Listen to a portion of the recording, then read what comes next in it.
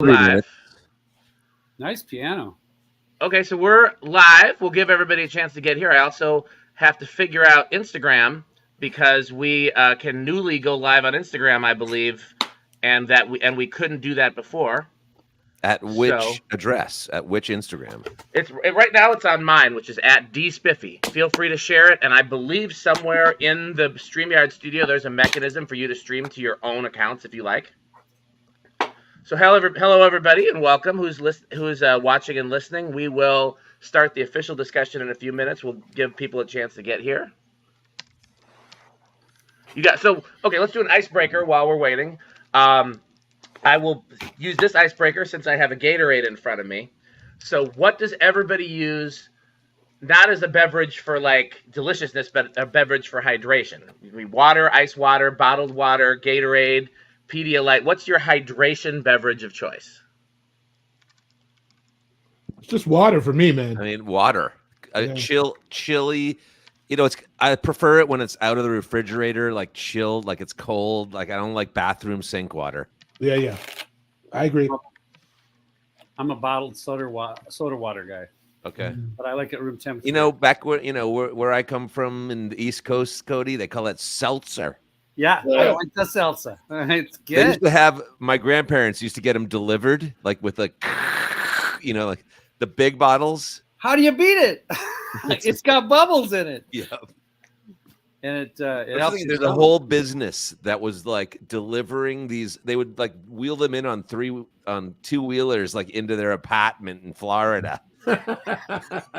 And they'd be like, a case of these like seltzer tanks. Hell yeah. Yeah. Well, it's CO2, right? So yeah. Do you have one of the new ones? Like, I can't remember what they're called. There's a SodaStream. SodaStream. That's No. what it is. Yeah, me either.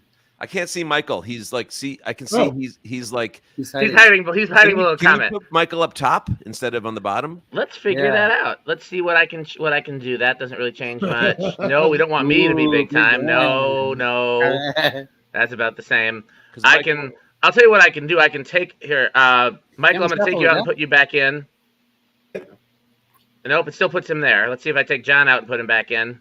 It likes Michael in that corner. So okay. Well, he's like almost. I mean, whatever. The you can see it, can't you? Yeah. Yeah, but that notification will go. Yeah, that notification. Although I will. What'd you say, Michael? I said it'll disappear, but yes, it'll probably reappear when you start trying to share other things. If I on Facebook, if I go to Spiffy. You can go to me or Michael or Music Politics and share the stream. Let me see. Well, I don't see any. Oh, there it is. Okay, I see it. 2 people watching. Yeah. Yep. We have a total of 12 people right now watching, but we'll probably have a few more people as we get a little. Like I said, that's why we usually wait till about 7:05. But also, it'll be available for replay on all the podcasting things, Anchor Podcasts and Spotify and. I can't remember all of them, but it goes to literally every podcasting platform. So we don't necessarily count on everybody. If people can't make it tonight, they'll get to hear it later, awesome. For better or for worse.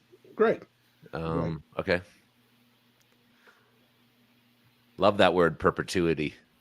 Not really. In perpetuity. I don't really love it. It's a scary word to me. I just have to be honest. I don't like the sound of it at all. Anything that starts with perp, I don't like. Well, also it means forever. Who wants that? That's exactly right. We have anybody want to throw out another icebreaker question while we're just giving people a little more chance to join us?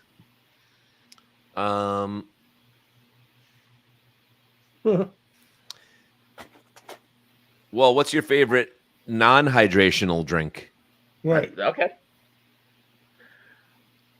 I guess I don't know who he was asking first, but I'll go first. By the way, I would on the last question, I would agree with water, but since I've had some health issues, which most people who watch the podcast know about, I've realized that I've had a higher dehydration risk, so I've added Gatorade and Pedialyte to mine, which I don't particularly like, but it has helped with my blood work.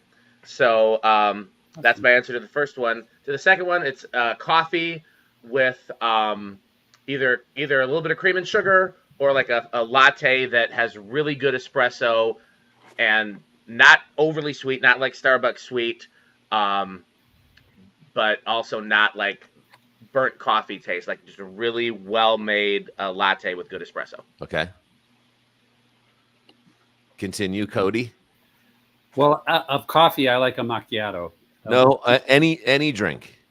Like, if you like, Yeah, well, I don't drink very much like alcohol or anything. or it could be something special like Orangina. I like Yeah. Orangina, but I will. Well, my thing is Spindrift. I'm out of control. I'm crazy for Spindrift.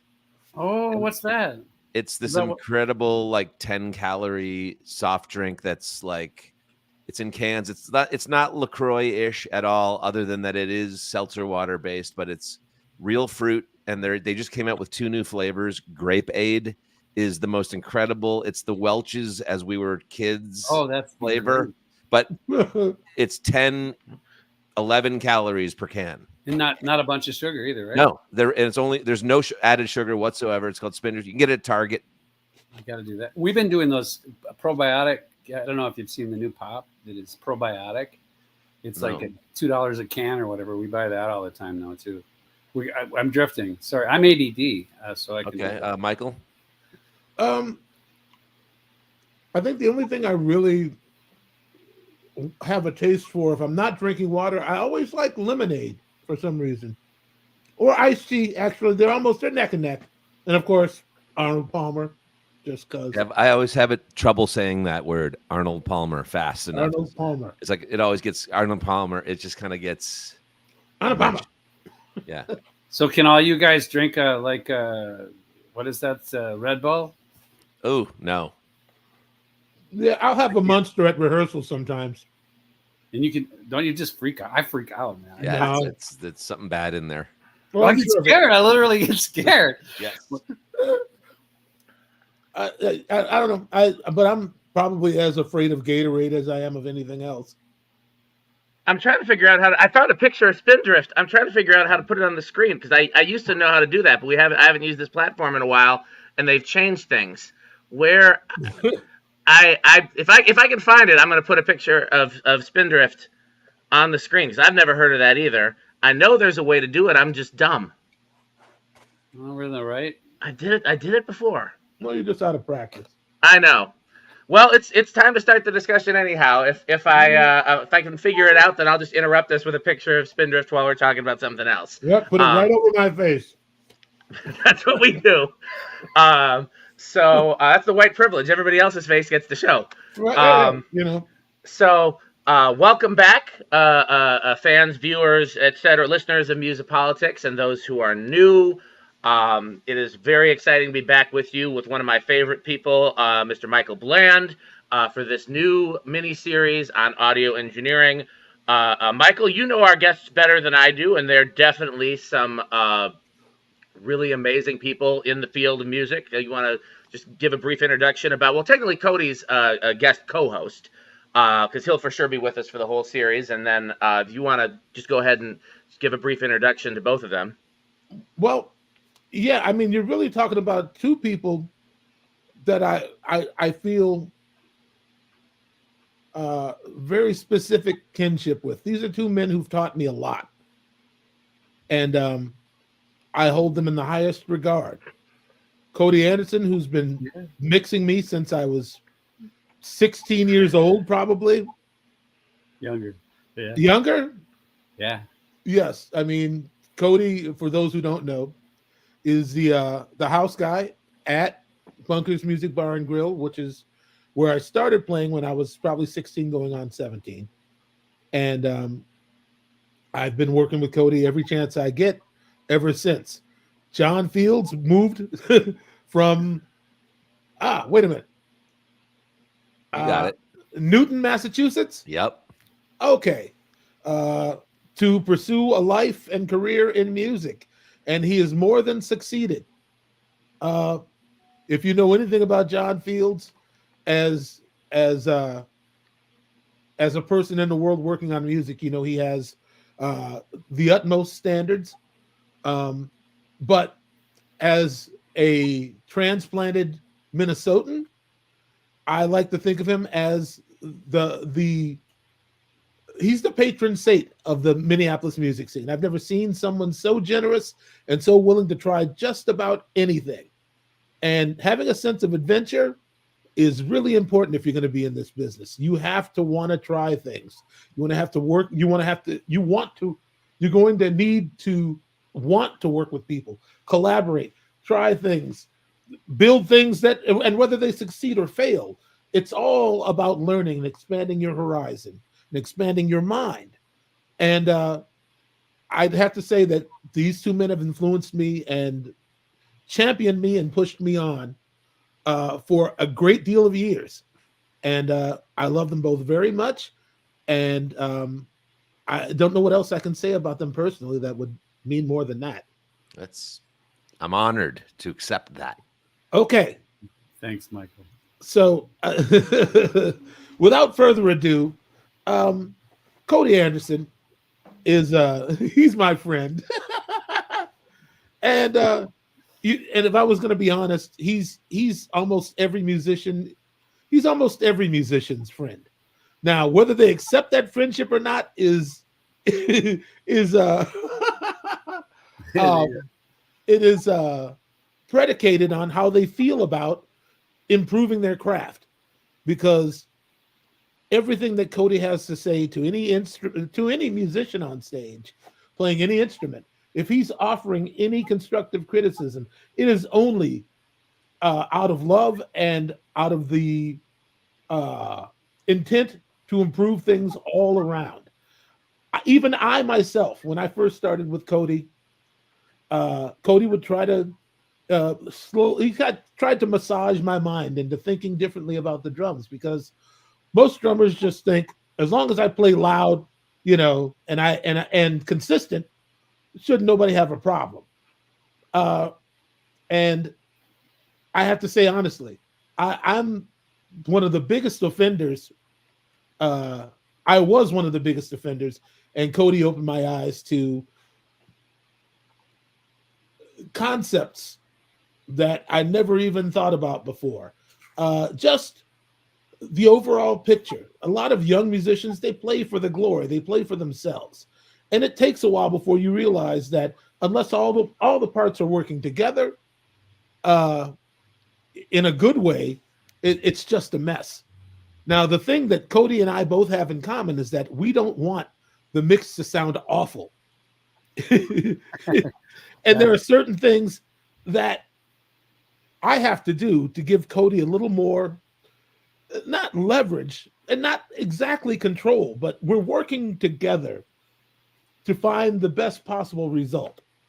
And a lot of that has to do with restraint and objectivity. Prince used to say, you have to be more interested in what your neighbor's doing than what you're doing if you want a band to sound good. You can't be self-centered. You have to think holistically. You have to listen for the large picture. As a musician, every note means something for me. I don't play it unless I mean it. And sometimes it takes a minute for me to, find where I'm going. But once I have made up in my mind what this thing is that I'm doing, and I've chosen a viewpoint, I don't really deviate.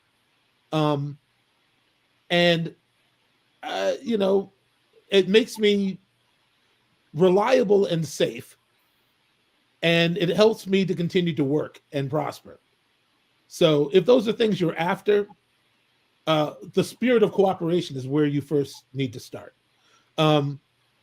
Cody came at me. I don't remember how old I was. Was I already playing for Prince, Cody, when your mom used to bring you to the bunker. We used to unload it was a brown car sedan. Yes, that's right. It was like a Ford Fairmount or something. Yeah. Well, before that, you worked with my brother. Okay, but at some point, you decided, I wonder if I can get him to play at a civilized level, to stop beating the crap out of the drums and play more musically and more dynamically, and have some consideration for the people around him. And I think the first time the bulb went off was I walked in you had tried before, and I would tell Cody, you got a job to do. I got a job to do. You just go do it and get out of my face, man. I don't want to hear about that. And 85% of the musicians you've encountered in this city have had the same experience with you. Yeah. You walk up, you say, hey, that amp's a little louder. Hey, man, I did, and they'll tell you, I used to say it was, I've said somewhat recently, actually, I guess, that asking a guitar player to turn down is like offering him a penis reduction. Right. They don't want to do it. And then they'll say, well, this amp is like a 100-watt amp, man. Or it's a 50-watt amp. Or you could get a 50-watt amp and run it lower, But, I mean, that's not even, I wish JT was here, because we had a whole sidebar on amplifiers and how loud they need to be before they sound good, so on and so forth. Getting the tubes to work. There's all sorts of excuses for not wanting to turn. That's down. what a lot of people do say. Yeah, I have to have my sound like this because otherwise my rig doesn't sound good. So yes, it needs to be like this, or else I can't play. But I need a power soak. Yeah, yeah. That was the old one. I love that. Like a 100-watt guitar amp, and then, power. Yeah, but the problem with that is that then that's a cage. You're stuck somewhere. You are not versatile.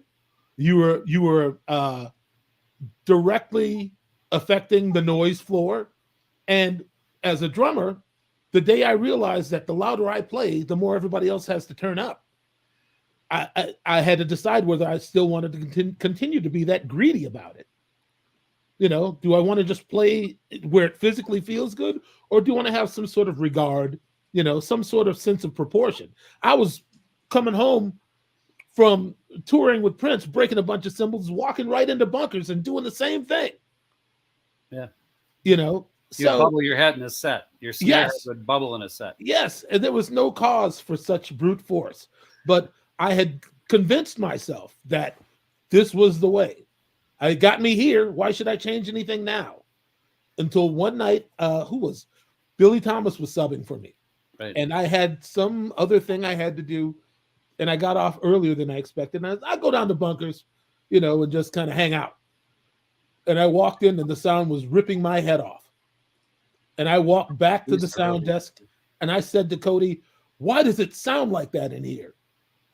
And Cody said, B, it sounds like this every week. And I said to myself, no, I can't accept this. I can't accept it. It was just painful. Carved out. And, yes. Yeah. And that was when I began to, go on kind of a what is the word? Quest. Yes. A quest to convert as many, of my bandmates as possible.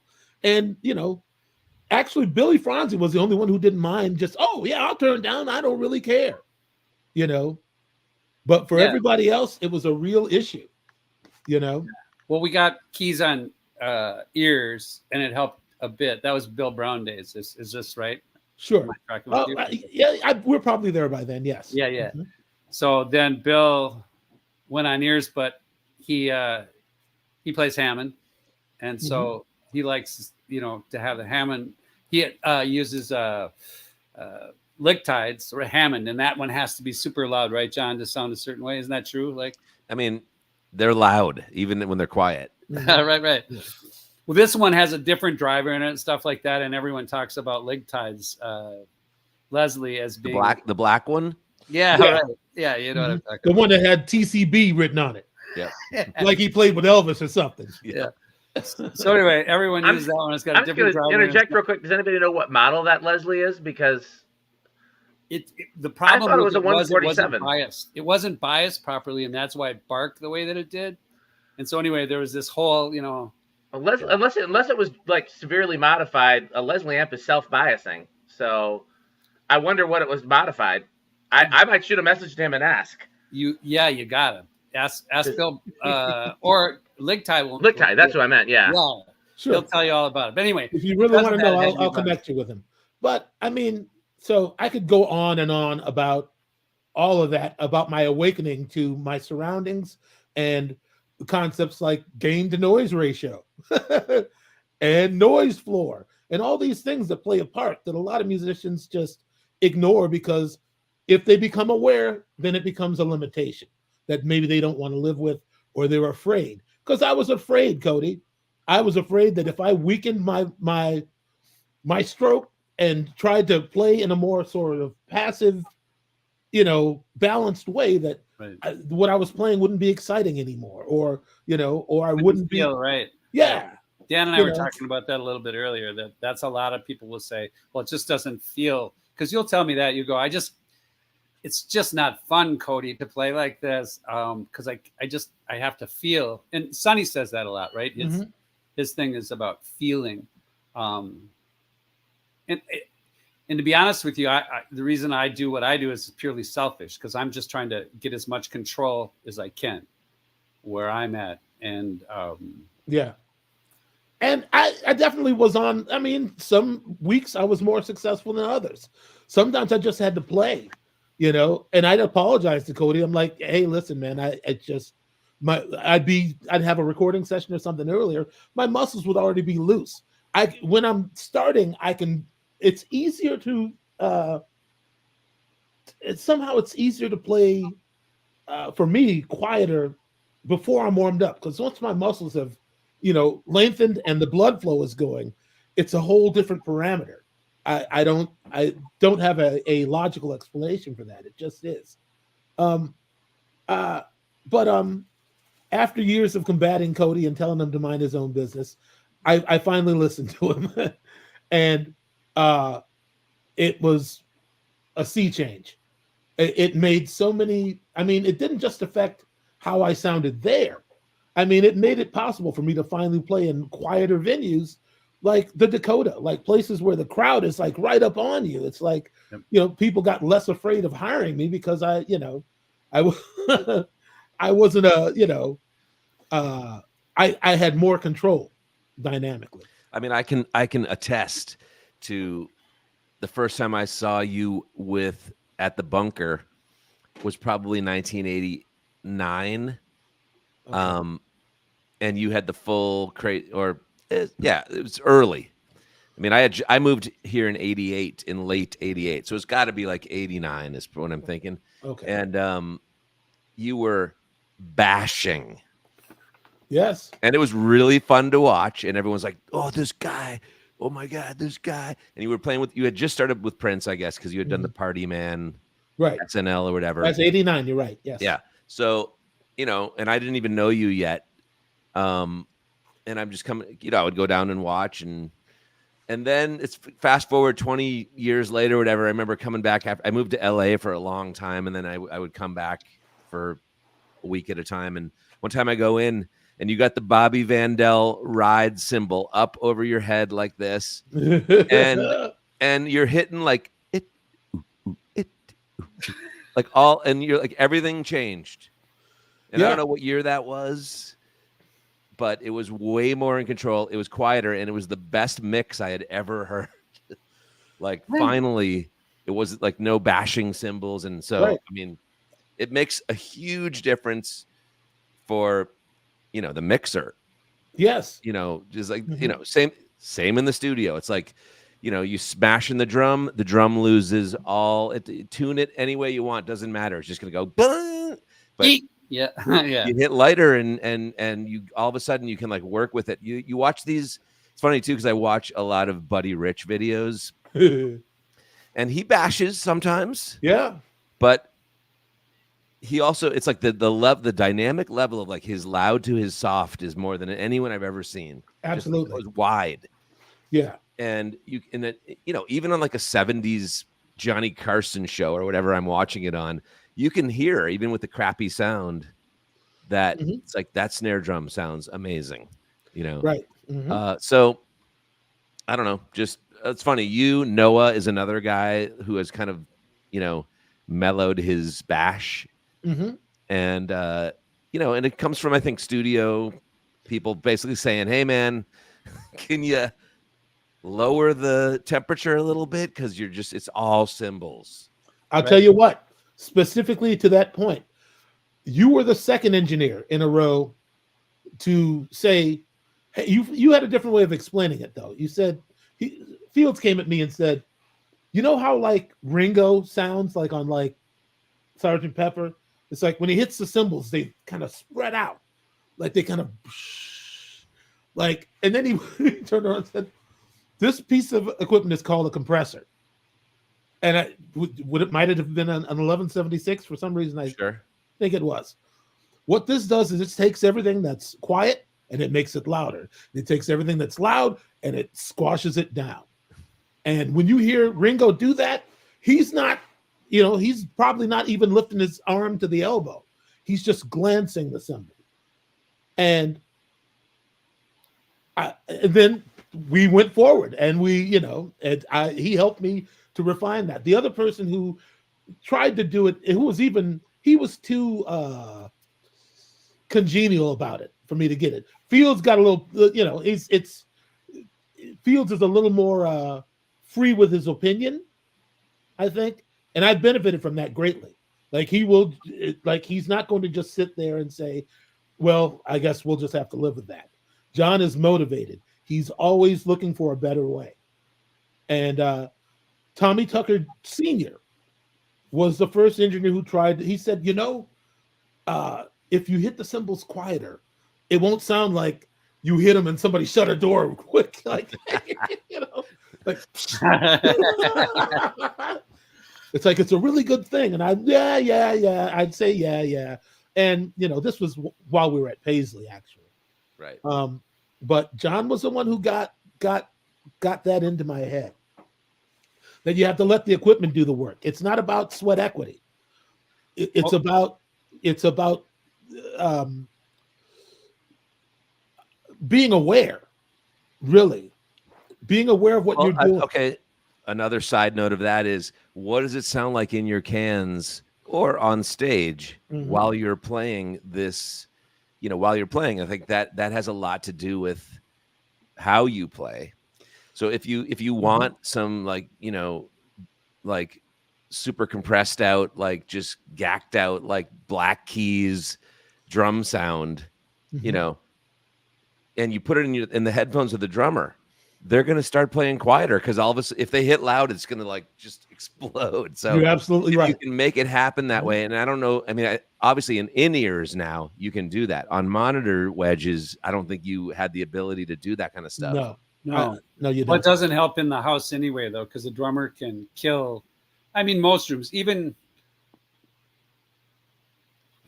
a 2,000-seat room. When you did your live stream, remember the snare drum with the Soul Asylum live stream? Yeah. We had a little bit of trouble, and John and I were talking about your snare because you could hear the snare acoustically in other inputs. Sure. And because of that, then it's hard because of the way that works in physics. It's hard to get a beefier sound. Do you remember that, John? Yeah. And so, like, that's the problem that you really do well is you self-mix. And I don't know, you could probably talk more about than I can, John, how Michael self-mixes. So, like, you'll play through on toms, right? And hit them hard and slap them nice, and then go back to a cymbal and hit it with grace and they're not rocking, when I see cymbals going like this, then I'm like, it's over, because if they're moving too much, then it's a problem. Yeah. Well, you just know that they're just swinging as hard as they can, and they're not thinking about that. They're more thinking about how they feel than how they sound, I think. Yes, and that's what I'm saying. Awareness. It has to do with what a musician is aware of at the time that they're engaged in the process, and it's much like a guitar player we were talking about that we won't name because we don't need to name names. It's you can't fix what you can't acknowledge. You can't you can't hear it, you can't fix it, and you can ask all day, like, what can I do to make this better? Well, how can I get my levels more consistent? I was talking to JT about this phenomenon where guitar players have their clean and their dirty channel, and they hit the dirty channel and it's angry, but it's quiet. Right. Like, I don't know what that blind spot is in guitar world, where it's like they think that because it's now distorted, it's louder. And when it's, I mean, I've seen this happen a lot. Like, okay, hit your distortion, and the volume drops like by 50%. Right. Yeah, that happens to me too. So then at the end of the fader, John, you have like 10 dB or 10 decibels at the end of your fader. So they'll solo and sky the fader, and you don't have anywhere else to go. You're like, I don't know. I'm out of room here, bro, and you're not. I just lost you somewhere. Yeah, there's quite Cody a few fan. people. Cody fan. Oh, is it? Yeah, it's a Cody. It's Stephanie Rice, and I think you might actually know her, Cody. I do. Yeah, that's awesome. So, well, yeah. what do you think about like level stuff? I find it in guitar player and that sound, keyboard players with patches. Like I have a trouble compressing them away. Like if we want to talk about it in a technical kind of way, and maintaining any integrity in the sound of the instrument. If it's a level problem or a patch problem where you're, in constantly 10, 15 decibels of compression. Is this too technical, John? Maybe. Do you know what I'm saying, though? Is there a way you can talk about what I'm saying? I don't think I encounter that as much in my world, just because every track's like its own thing. So nobody's switching patches in the middle of a take, like between piano and organ or something. It's rare. Yeah. I can touch really quickly on what you were talking about and Michael was talking about, which is when a guitar player switches from clean to distortion. And I have often, I again, touching on what we were talking about earlier, I'm more of an analog guy. I don't have a digital pedal board. I have all analog pedal board. And so I have a distortion pedal, I have an overdrive pedal, and I get clean from my amp. And what I have found is I will try to balance so that when I step on the overdrive or I step on the distortion, it's just a little bit louder than the clean tone. Not grossly louder than the clean tone, but definitely not quieter. But what I found is I have to adjust it room to room, because in different rooms, the balance is different, at least to my ears. I can't speak to what it sounds like in the front of house, but to my ears, which I usually have my amp, if I'm lucky, I'll have my amp to the side facing me or in front of me facing me, so that I'm not blasting out front, so I'm not contributing to this the stage volume if I don't have to. But I mean, you definitely have to change it guitar to guitar because pickup output levels are different. But I have found that every gig I'm tweaking them for the room, and so sometimes. And even in the room, as you guys know, you check it at sound check, empty room, you fill up the room, it sounds different. So there have been a couple of times when I'll think I'll have it good at sound check, and then I'll fill up the room, and I'll step on my distortion to take a solo, and the volume drops, and I'm like, oh, crap. Right. Although, of course, if I have a good front of house engineer, it doesn't matter because he's going to see that I'm soloing and turn my fader up. But I don't know why that is. Perhaps you guys can speak to why that is, but it's definitely something that as a guitar player, I've had to be mindful of in playing different rooms, especially playing a real small room, a real big room, a real dead room, a real live room. I'm always adjust. I mean, I can't leave at the same place every gig. I do have to adjust the output level on the distortion and the overdrive. So for what that's worth. Yeah, that's wild to me. What's your experience, John? You play guitar? I mean, when I was playing in a band on guitar, I had a distortion pedal and a wah-wah pedal, and that was it. Yeah. And a matchless DC-30. Nice amp. And I could always tell when I was too loud. I mean, I'm always like, I'm the guy who like turns down myself because I don't really want to be heard until, if it's too loud, it freaks me out. Like, especially when I hear myself out in the house, it freaks me out. It did. And so I was always very conservative with level. But my band, Greasy Meal, was a very loud band. Yes. Because our drummer was actually really loud. And I don't know if you've seen that in the last couple months, Cody, or not. Yeah. I think he played 2 nights ago. I think he saw it, yeah, a couple nights ago, as a matter of fact. Yeah. But Still so that you know, but all of a sudden, you know, when the drummer's slamming, now you're like just this ding, ding, ding. You got to turn up a little bit just because you're mixing. You know, I'm constantly. My thing is like I'm trying to mix the band from playing guitar. So how can I do that? Well, I'm turning myself up and down constantly during those. Right. That is a long time ago. Yep. And since then, an entire new industry has come through, which is this IEM, you know, in-ear monitor thing, where half the bands I work with now, and I work with a lot of young bands now in the studio, but you know, not live, but they're all in-ears. There's no amps. Yes. Like I went to a show actually to see this band, Meet Me at the Altar, that I had produced their new album, and I standing on the side of the stage and I hear drums. And that's it. Yeah. That's it. And the bass player and the guitar player, they're jamming. I can't hear it at all unless you go out to the front and then you can hear it. Right. And I'm like, wow, what a different experience playing live is now, where, you know, you're completely occluded. Yes.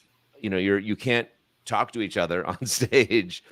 And I just think, like, I mean, that's one thing that I feel like is lost, is like the communicational part of modern in-ear monitor communication on stage. I feels like you can't do it as well.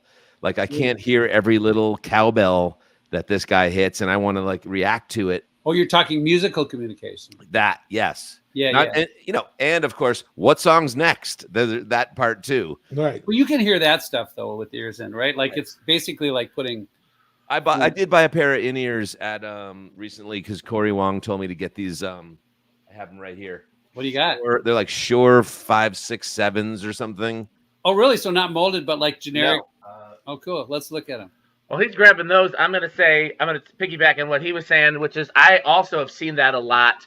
And like you said, the band can still communicate because everybody's got a talkback mic. But the musical communication is lost because most people either only have their own instrument in and they're not listening to anybody else, or less is more in ears, right? Say that again, Cody. Less is more in ears. Like as a player, it's like it's easier if you don't have too much going on in your ears, right, Mike? Yeah. I feel like I would want the whole stereo picture, like a record with maybe me a little elevated. Well, that's exactly what I like, and that's exactly what Cody does for me.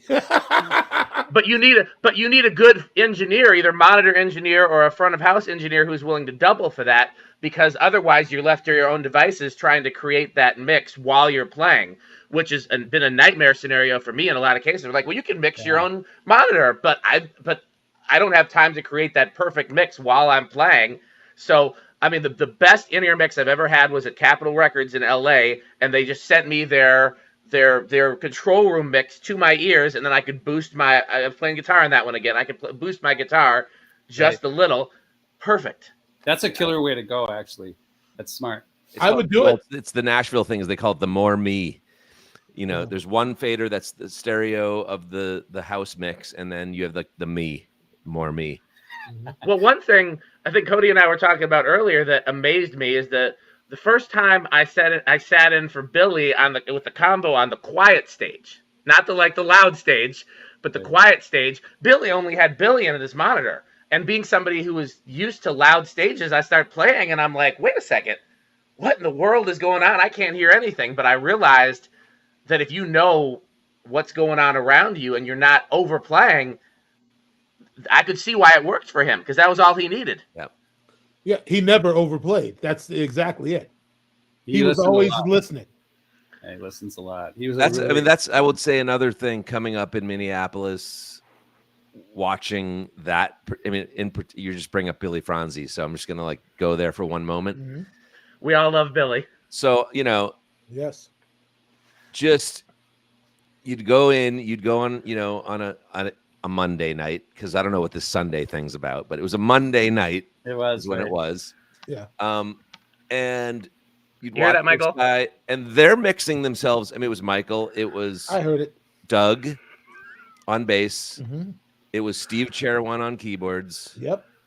It was Tim Emerson on guitar. That's right. David Hyland standing down, pointing at the little post. The supporting beam.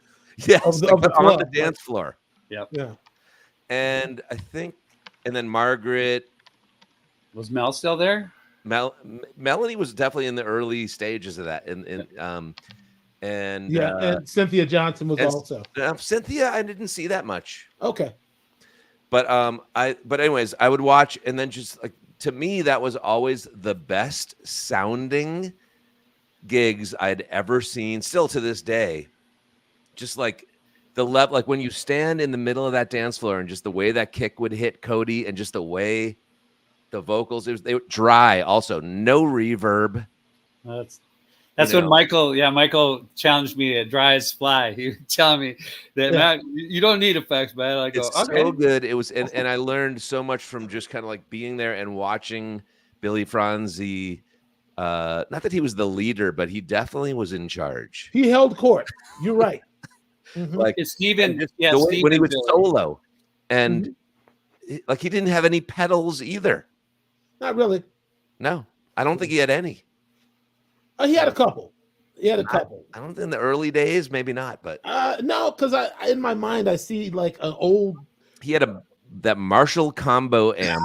He had like a tube screamer in the old days, and then he would like, but his mix would be like he'd dig in harder on guitar and hit harder, and then it would get dirty, and then he'd just use his thumb and go like flink, flink, flink, and it'd be like the cleanest jazz sound ever.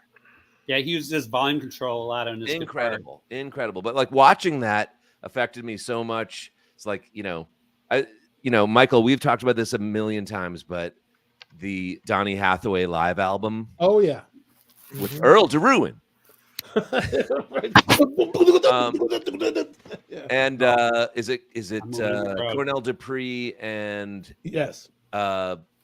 Mike Howard. Mike Howard. Mike Howard. Yeah, those two guitar players. And I'm like, listen, and Willie Weeks he doesn't really change his tone ever, but they're mixing themselves too. Like, and of course, I just watched some Beatles thing too. It was live 1966 Beatles. And it was like a mayhem. I think it was live in Germany. It's incredible. And Ringo, you got to watch this. It's incredible. And there's a PA. They don't have any monitors. Mm-hmm. They're playing to screaming people. They can't even hear themselves. They're laughing at each other the whole time because they can't. So I don't know. Just it's come a long way in like 50 to 60 years to where like we have like complete control now with compressors and gates and stereo delays coming from like there's one mic on the stage, in 1958 for Elvis. Yeah. It's incredible how it's gotten good. It is. Yeah. Well, I mean, I guess I should what I'm hoping that this short series will do is improve engineer-musician relations. Really, I'm trying to de-aggressify in some sort of way the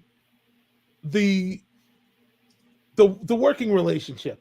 Like this idea that two people are doing two separate jobs, but everybody has the same goal, and I think that unfortunately we live in an age where people are pretty thin-skinned. Like, yes, young people, it's you have to really, if you want to reach them, you have to speak to them in a way that is, to me, I have to speak to them in a very different tone than how I was brought up. I tell people all the time, negative reinforcement had a lot to do with pushing me forward in and through music, but it's I don't, that's the other reason why I don't really teach, because I know I don't have the bedside manner for it. I don't, people want, encouraging teachers. They want people, yeah, like that. Yes. And, I'm afraid my heart is too dark and cold to. No. Yeah, it's just exactly. No, you're no, stop. I mean, there's a long list of people who came to sit in with Dr. Mambo's combo who, only made it through a third of the song before they were ejected. Oh, you guys were brutal. Come on, name We names. would make fun of Name people out names. loud. Some famous people, even some well-known, well-respected musicians couldn't hang. Listen, I know I saw Doug Nelson probably 5 times walk over to Billy's amp. Somebody be sitting in on guitar. Doug would walk over and just yank their cord out of the amp. Out of the amp, grab them by the sleeve of their arm, and just Hey, pull them off the stage. It was like, wow. you get. We're a bass player. You'd see a bass player come in the door, like on the first break. There'd be a guy with a bass case. You're like, walking in, right, with the bass on his back. The other guy had to go. Oh man, it was vicious way back in the day, but it was also yeah. That was the loud band though. That was the very, very, very, very loud band. It was very difficult, but it did sound really good. I thought too, John. Back in those days, it was very physical, right? And the Bunkers PA, and something about that room being just dry. This is when you had the MTs, right, Cody? That was my PA. That was Cody's PA. It was just it was different because like the place we always used to play opposite that would be the 400 bar, which was just an awful sounding like. I don't know. Yeah, I don't know. Well, there's one video of us thrush playing live on the 400. Talk about bashing. Oh boy, you're talking about 400-2 though, right? Yeah, where they expanded because the first room, the small 400 bar actually was awesome, and they had one speaker up hanging over, that was cool. And like a PV 6-channel mixer that you could put. Right, Michael, you played there with didn't you play with Doug Maynard and Tony Glover there? No, I played with the Mubla Bugs. Yes. Oh, at the 400 before they expanded the room. Did that Mubla Bugs album we made ever come out? I don't think so. I think they probably ran out of financing. That's awesome. Somebody smoked the budget is probably what happened. Yeah, the other 400 was a different thing. They were all like edgy and stuff in there and just dark. It was kind of like the Mubla Bugs would drink just a crap load of ouzo, and it would open like melons or pumpkins, and they're slipping around on the guts of these fruits.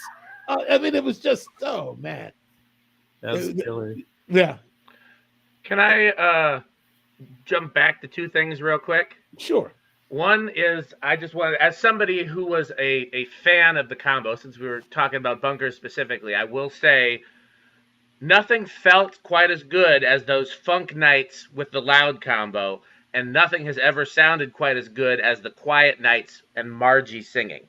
Like when you even told me, Michael, when after the change, you were like, we really wanted to highlight the vocals, and it really that was the big difference there. The other thing I wanted to throw out there was on your tangent of negative reinforcement, because one of the things that I've always wrestled with as a musician and somebody who does other things is, on the one hand, I don't like compliments. I don't like you to come to me with anything. If you have come to me with your criticism, tell me what I can do better and tell me how to improve. And other than that, I don't need anything. But on the other hand, if I don't feel like you respect me as a musician or as whatever it is that I'm doing, then it's hard to take the criticism, or it's even hard to, I don't even know if it's worth taking or not. You know what I mean? Because lots of people offer unsolicited criticism to people they don't respect, and most of the time it's bullshit. So for me, I think being a Midwestern product of negative reinforcement, but the negative reinforcement I grew up on was from people that I knew loved me, from my parents and my teachers that really took out and invested in me, and my mentors, and people that really saw the potential in me and said, okay, so it's a foregone conclusion, all those positive things. Here's the criticism. Here's the critical stuff. Here's the thing that can help you. And because I never questioned the love or the respect or the appreciation, and I think that's the biggest problem. You talk about today being more sensitive.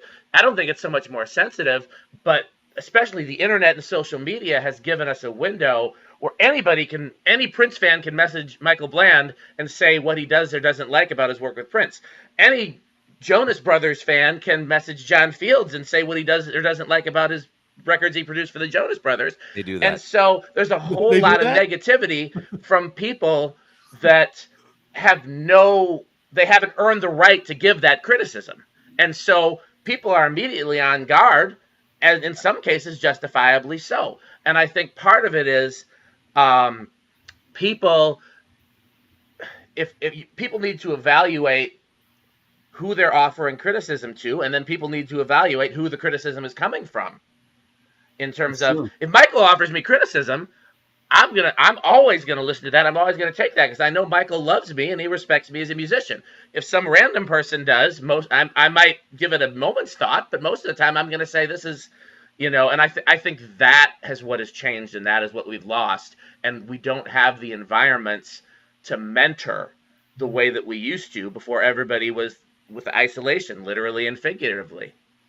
That's all I wanted to say. Okay. Well, Go ahead, Cody. I was going to hand it to you anyway. Go for it. I think there is a trust thing because I experienced that, and I don't know if you do, John, but like Michael has always told me that as the front of house person, that it's my responsibility to have those conversations with the other players.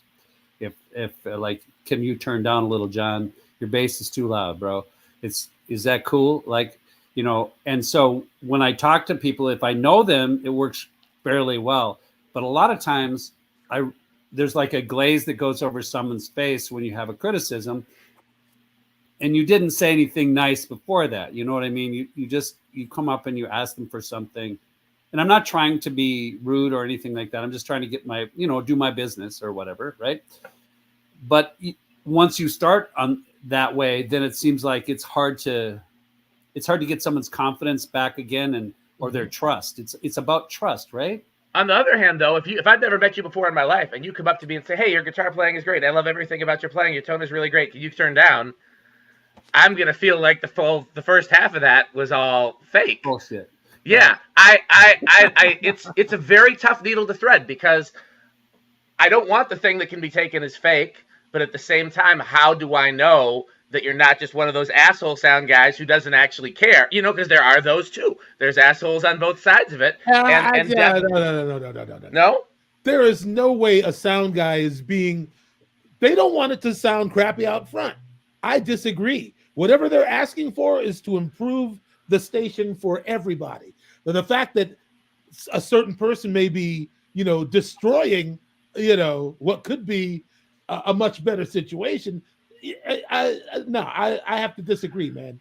I think maybe that you've never a passive sound guy is a bad sound guy. If you just let things just go, well, that's how they want to play tonight. They want to, man. If a sound guy is asking, it's out of concern for the larger picture, even if the musicians are not thinking about that.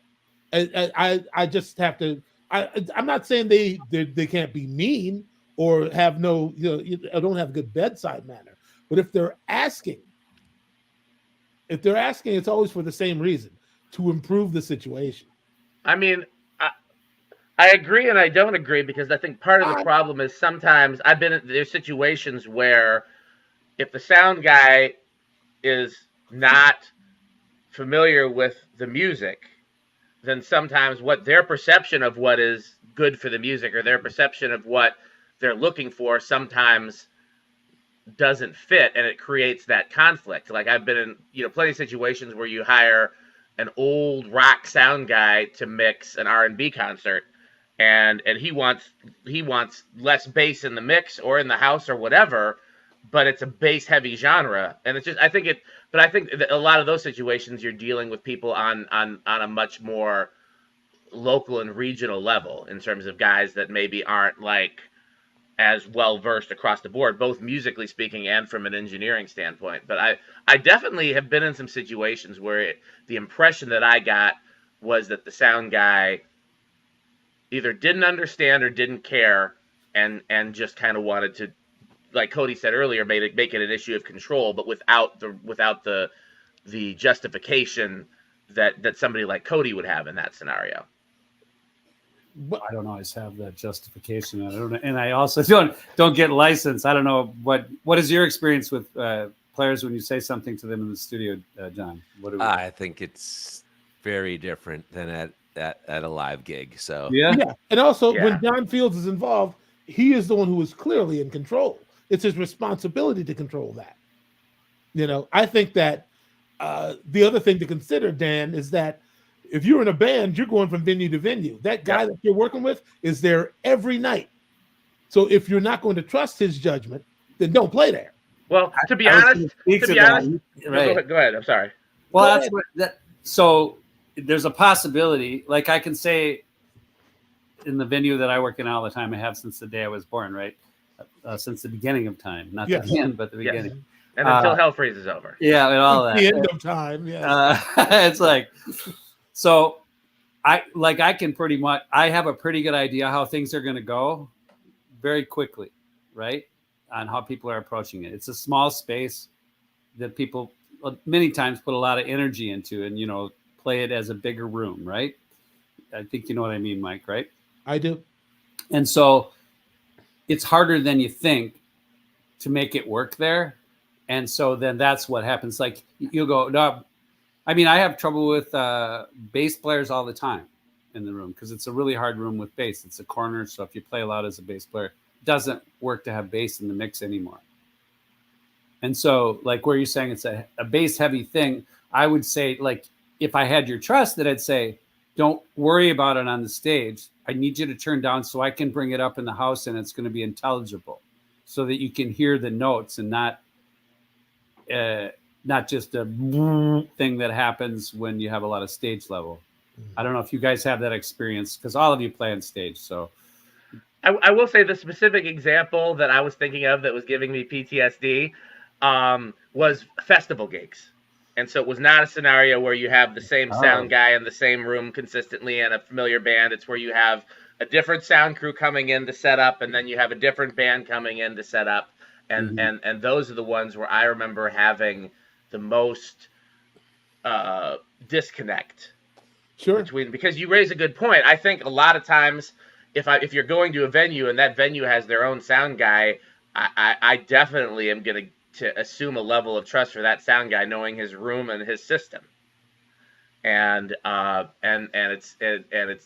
versus also if you're touring with a sound guy, then they know your sound and they know what you need to execute and they know what they need to execute in the house.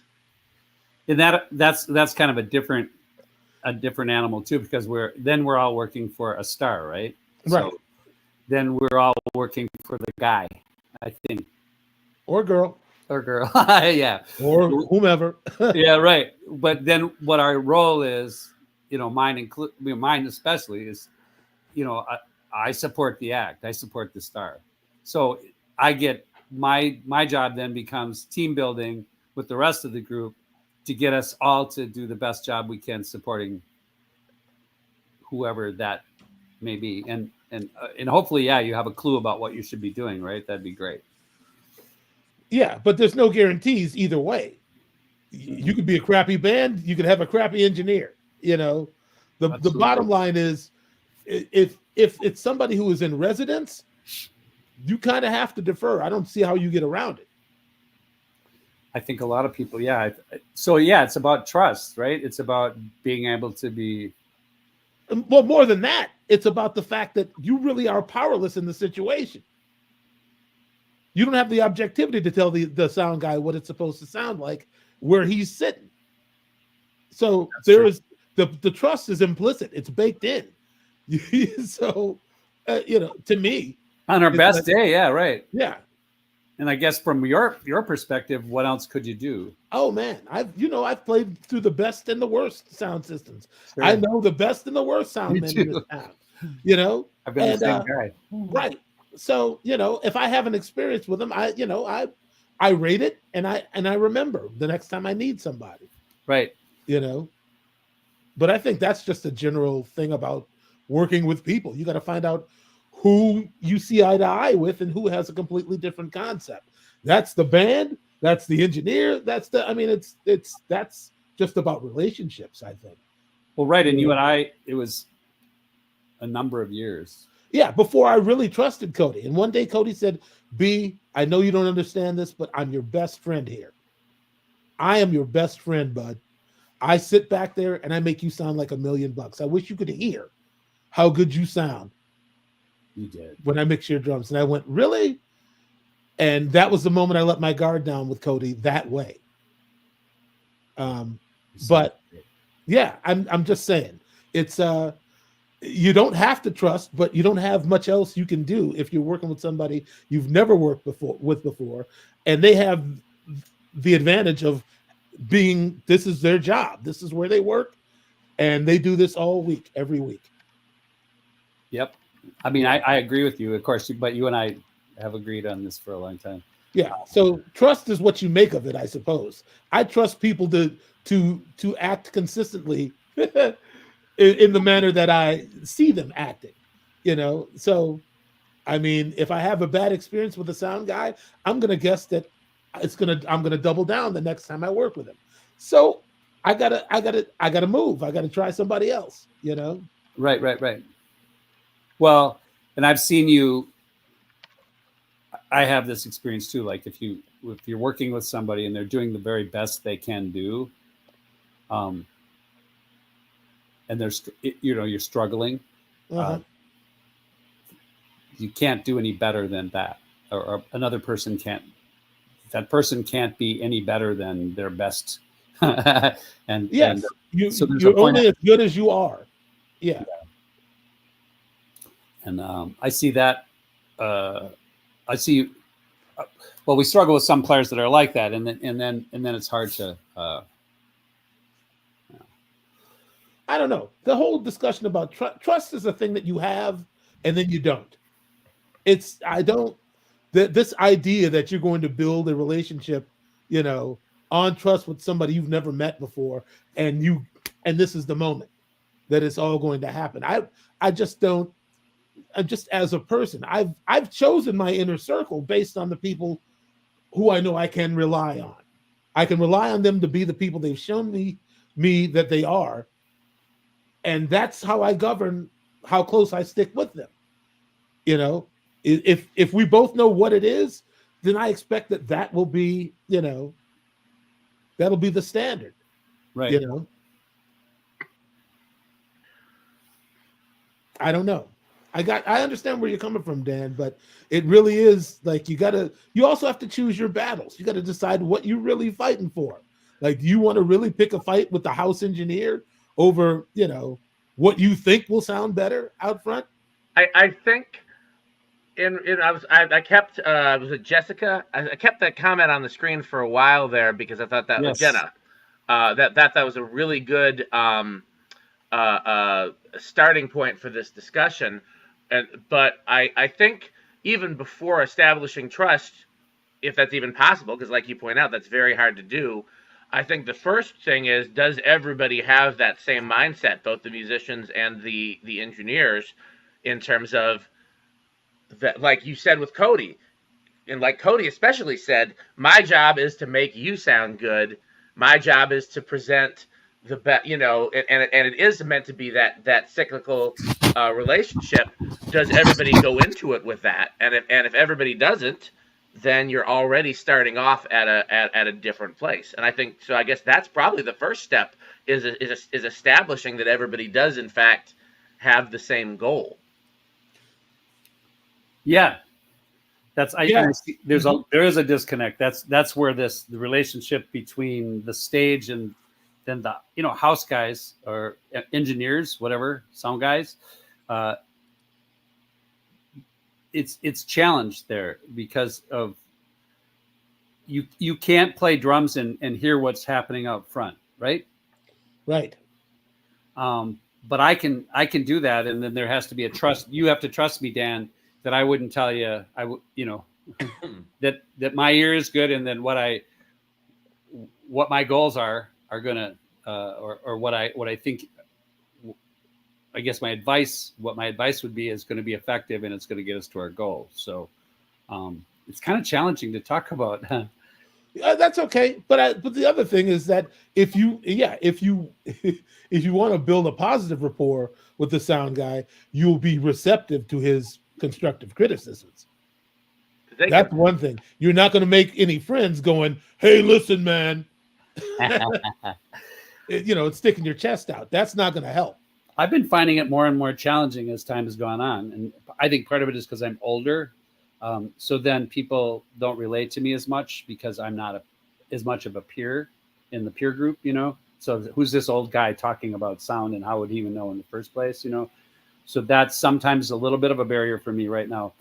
But beyond that, it seems like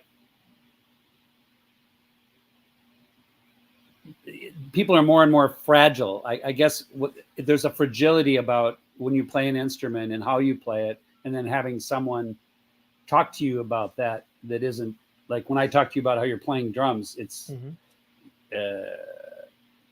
I got defensive. Well, yeah, because it's very personal to you, and I don't like to look at my job as being personal, because then it gets really cumbersome. And I've learned how to not. I've learned how to not look at my job as being something personal. It works better for me if that could be the case, because then we can just do business, and I'll try to get to the, what we want to, where we want to be. And I like the exchange of information. I like to know if I say, can you do this, blah, blah, blah. And like Dan, in your case, we're a funk band, so we like a lot of bass, right? Okay. Let's say that's something you're going to say. I also need to be receptive to, I see. Okay. Well, and you have to have a certain amount of comfort to be able to do that. I think, I don't know, like with what you're doing, like you're playing, for me to be able to talk to you about how you play Hammond, right? You need to feel good enough about it that you can hear that, right?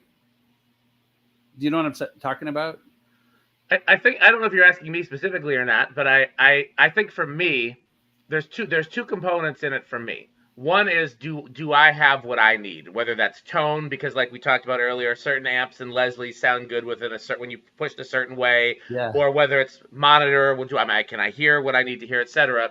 But the other thing for me is, when I was younger, and especially when I was less experienced and had mainly done local stuff in smaller venues, a lot of times I felt like I needed to make sure that I was loud enough that the crowd could hear me, because I didn't trust the sound engineer to mix and know, okay, that's the part where the guitar part is important. I need to make sure the guitar part can be heard in the mix.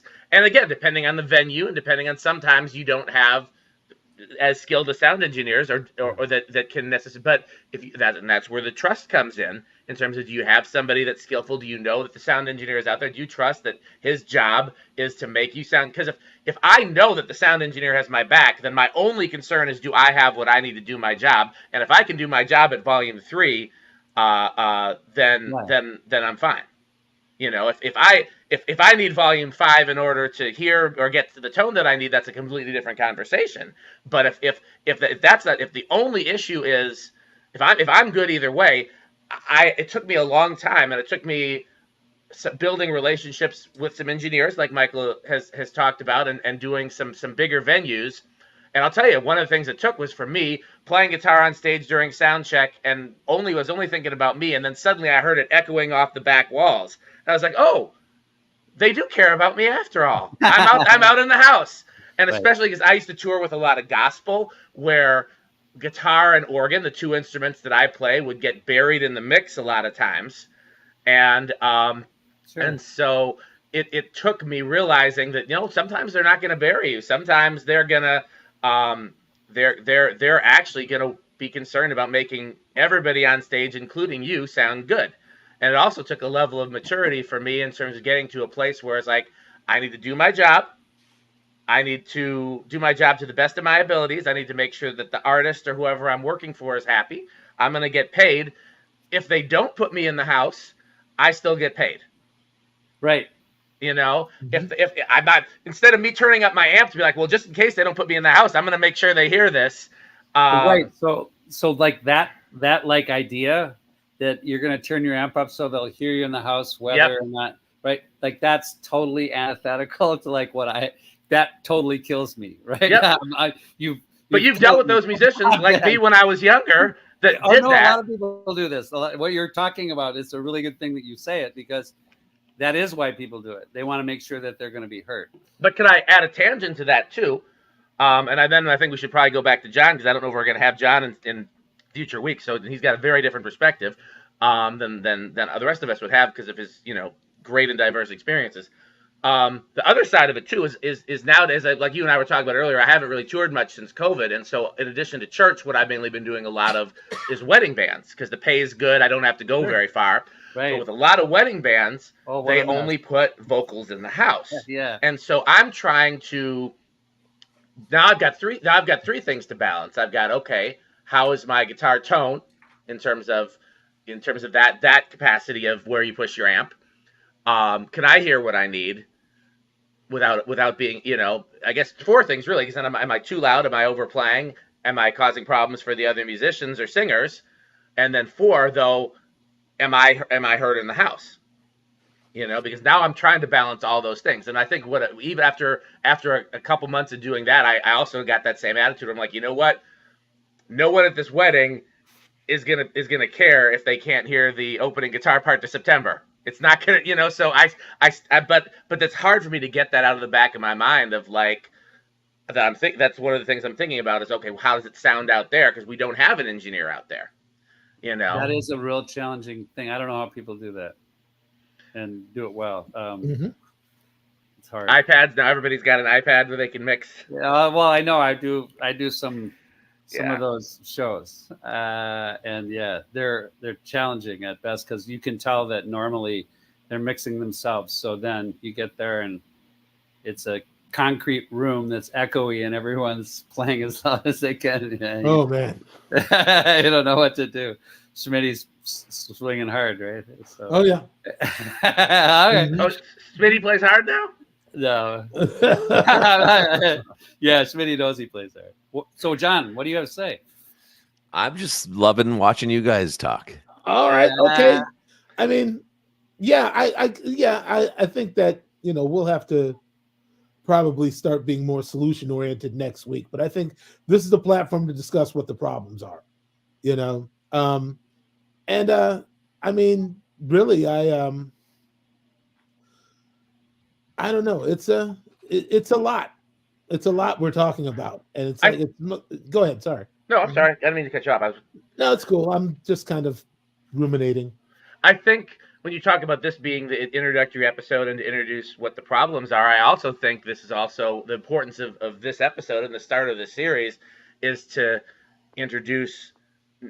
I'm not gonna say the solution, but I think the thing that hopefully people will take away from this, that a lot of musicians definitely haven't thought about, and possibly even some engineers, is that, again, like the whole premise we started with, it is a team. It only works in synchronicity, and that's kind of what we're putting in the atmosphere today is that the engineer works to serve the musicians and the musicians work to serve the engineer together, and then together they put out the best possible sound for the room.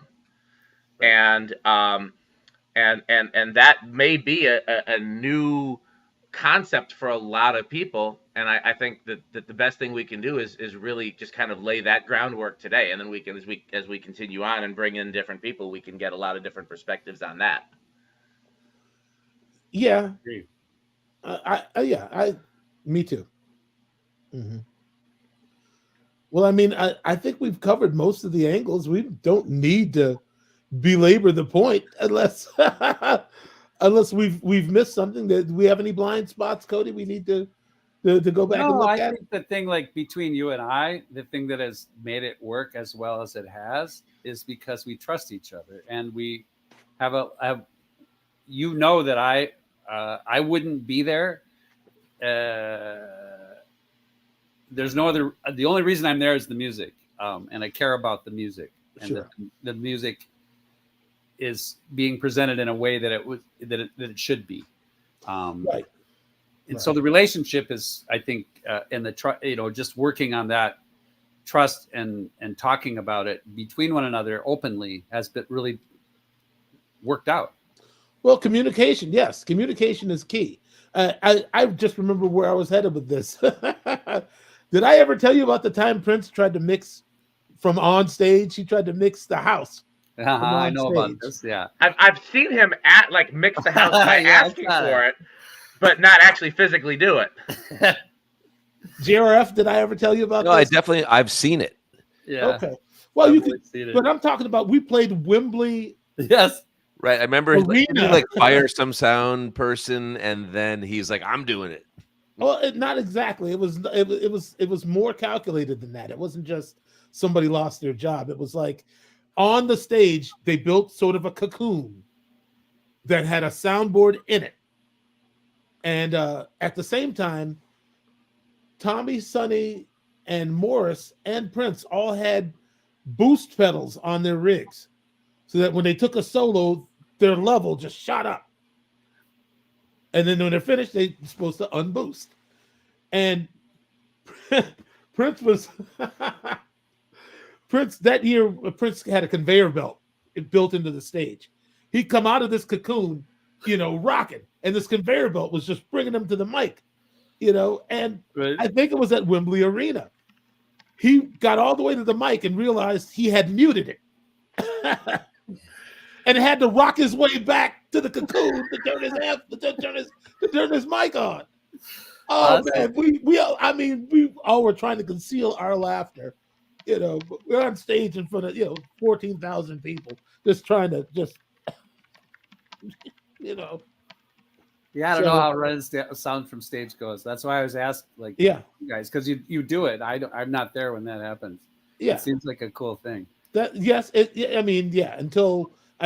Somebody convinced him before we played Wembley Stadium to fly Tom Tucker Sr. and somebody else out, and they basically saved that gig. Prince could do a lot, but he thought he could even do that. It's like you can't literally be in two places at one time. That is the bargain when you do front of house for Prince. You're not supposed to touch the desk. Everyone that does. Honestly, I don't know why people don't say it, but you're not supposed to touch anything. They should just say it. Otherwise you might have had a good run, Cody. No, everyone knows. Cody walked into the first rehearsal. I'm just saying. Okay? I've heard this story. Cody walks in. Oh man, he looks at the board. He's just the gain structure is all messed up. And I'm looking at Cody from the drums. I'm playing, looking like don't touch it. You better not to touch it. And Prince sees Cody in the mirror in Studio C, just moving all these knobs. Sir, on the one. Back. Hey, you. Oprah is on. Go watch Oprah. Cody. Sir, it sounded fine before you came in here, sir. Oprah is on. Just there's a lot of So you're not supposed to really. Darn it, Cody. Your Prince story. So we should say something about Jenna's question. Fine. Okay. How do you establish? What do we do to how? So this question here. Okay. What are 3 things you would tell to young or inexperienced bands about working with sound engineers? Wow. Oh well, great. Then we got our next 15 minutes right here. Good. Then we can sign off. Well, the first thing is I would say is no matter what, even like with what you were saying, Dan, I think it's really important. And I think they probably teach this in these music schools because it seems like when people are coming out of music schools, they do it. Try not to judge the person by the way that they are, the way they live their life, what their cultural whatever it is. It's important not to judge them and to take time to get things straightened out that you need to get straightened out. Understanding and patience, and then taking the time to get what you need and talking about those things like you were talking about, Dan, that you need to hear. I need to know what you need to have to feel good in order to make you feel good. So communicate those things in a way that, I can hear them and take care of them. The third one. Well, the third one is, in most cases, you've been there longer than anybody else. You know that room better than anyone else. Like if an experienced sound man, if a house guy gives you constructive or sound counsel, you're probably best off to follow it. If for no other reason, to I don't think the word is ingratiate, but to try to establish some sort of common ground. Yeah, positive working, because Yes. sometimes it'll get off negative, it'll go bad, and I realize I'll go, oh, I just have to find it in myself to try to reconnect then again, and start over in a positive way. And because things can get emotional, because people, like we were talking about how you're playing, it's a very sensitive thing, right? It's personal. Yeah, it's personal. All your friends came to see you, and you've been really, all the assorted reasons. Yeah. Yeah. I usually know who your friends are because they come. I can't hear enough drums. Well, that's what I pay them for, Cody. All right, you can. Okay. Yeah, okay. Oh, not enough bass. John's playing. Okay. That's another $20 every time somebody walks up to you and says that. But, I don't know. John. Oh, sorry, my fault. No, go ahead. I mean, John, do you have anything to? I mean, not really. I mean, I'm kind of out of the live game, to be honest. I got you. Yeah, I understand. I play in a Beatles cover band right now, and I'll say the one thing that I love about that is that I have a wireless bass rig. So our sound guy, John Robinson, who's done every gig since we started this 7 years ago. We've done, I don't know, we do like 6 a year. I'll go out front. I can stand out front and watch the band play while playing bass and actually comment on the sound. And and that's been a wondrous thing to be able to just, but it's a tiny little tweaks. But you guys are so in the weeds on this more than I am. So yeah, I get that. I get so much more control. Like where in my life, I can change anything, So sure. And it's not much of a fight at all. Right. Yeah. Right. I'll answer the question, and then there's another question to throw up there, and I got a question for John too, and then then maybe we'll wrap up, or maybe we won't. We'll defer to Michael. So from my perspective, I would say the three things would be listen, communicate, listen. Because I think the biggest mistake that I've seen musicians make, including myself, is coming into sound check with a list of demands. Turn do this, EQ my kick, do this, do that. So you're there for sound check. Do everything the engineer asks. The only thing that you should be asking for in sound check is if they're mixing your monitors. But otherwise, the most important thing is just to listen to what they're asking for during sound check. Especially drummers, Michael, and I know that you're way above this experience level, but they're talking about young and experienced drummers. They'll say that I want kick. They'll start playing the whole kit, or they'll call for the whole kit, but they'll play something that they'll solo, or they'll do something that doesn't use the whole kit. Do what the sound guy asks. Listen, do what's requested of you for sound check. Yeah. Then communicate. Tell them what you need. And this is what I need in my monitor. This is what I need from you. And then listen again, because then once the gig starts, you're at their mercy. Pretty much. I'm saying at some point you do have to let go. And I will add also that oh wow, I just drizzled right out my ear and gone. You were making fun of me being out of practice. No, this is a matter of processing power. I've been working on putting this gig together, man. You got more processing power than anybody in the world, so it'll come back to you. The bandwidth is just. Yeah, I'm actually just gonna say I'm so bummed to have to miss your 420 gig because I got a gig the same night. You're working that night also, right? And well, that's definitely unfortunate. But I'm sure you guys will have a great crowd. You always do. Me, on the other hand, I got to fill a place that holds 1750. I saw Adam Ant there a couple weeks ago, and it was incredible, Michael. It's a great place. You know what? I wanted to see that too. How my friend is the drummer, And there's 2 drummers, and my friend just joined the band Right. as a drummer. There always was back in the day too. Yeah. And he was in that band Splendor, if you remember them, and now he's playing with Adam Ant. And first time I went, it was incredible. It's called the Uptown Theater. It was the Uptown Theater, like where we saw Schindler's List and all that.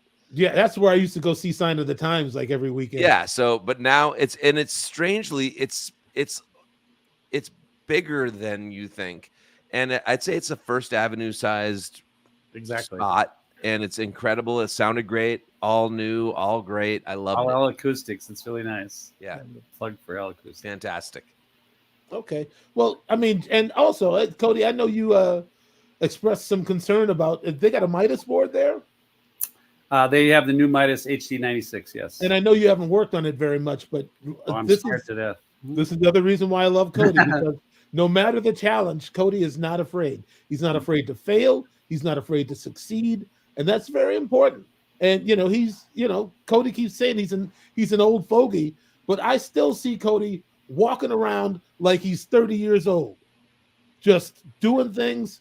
I know what it's like to work with a psychologically old sound guy. Cody will still come down he ran monitors last time Soul Asylum played at First Ave. Cody became the official monitor guy for Soul Asylum at oh, wait a minute. No, that's not what happened. It was Connor this time. It was the state fair that we did this year. That's right. The fact that Cody, I don't know how to explain it, but I do remember the moment that Winston Roy fell in love with Cody was he looked up and Cody was walking around the stage checking like the monitors for himself. If they don't get up and take a pass around the stage, they're not worth their salt. That's the absolute least your monitor guys should be doing, is coming down and engaging in the process, not sitting in the buzzard's roost and, I guess they'll say something. Cody is looking for improvement. I think that's the other thing that I wanted to make a point about is this sort of incendiary relationship. It's of no value for Cody or any other sound guy to come up and ask you to do something. It's only out of the desire to improve things. It's never this sort of adversarial, it's like, because if they don't want you in the mix, they can just hit mute. So this sense that you're having a fair fight with somebody who has really entirely the power to make you sound like $1 million or a nickel with a hole in it.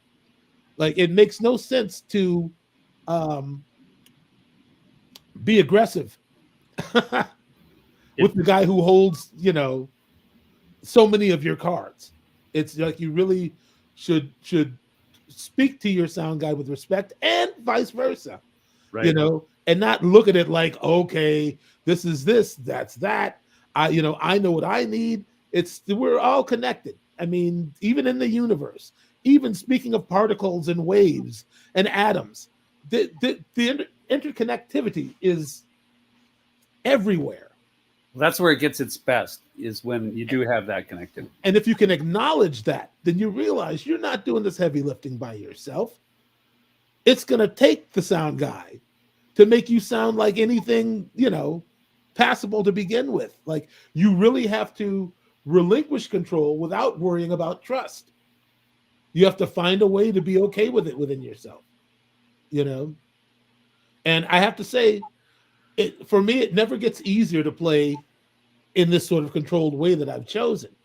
And I knew that a lot of people were showing up at bunkers to see me beat the crap, out of my drums, break stuff. Yeah. All that ever did was make people turn up louder to match my level. It's not. You have to get your feelings will mess you up. Really. I mean, in a lot of places in life, it's like if you allow your feelings to govern the decisions that you make in life, it's going to be a problem at some point. It just is. You have to find the maturity beyond, what feels good and have a sense of duty and proportion and respect. It's not just you up there. You got to respect everybody. And from talking to Cody, I learned a lot. Yeah, I'm bashing the cymbals. They get in the microphones, and then Cody's got just, this brash mess out front. It's just either you're going to be part of the problem or part of the solution. I hate to be so trite and just, a comment about it. But that's really the case. When they come and ask, it's because they're trying to build with you. We're trying to get to a solution. We were able to build quite a few bands that could play anywhere. We could play in a church, right in the middle of some of the worst. With the Sons of the Almighty, that band. Yes, we successfully entertained a church full of blazing loud band.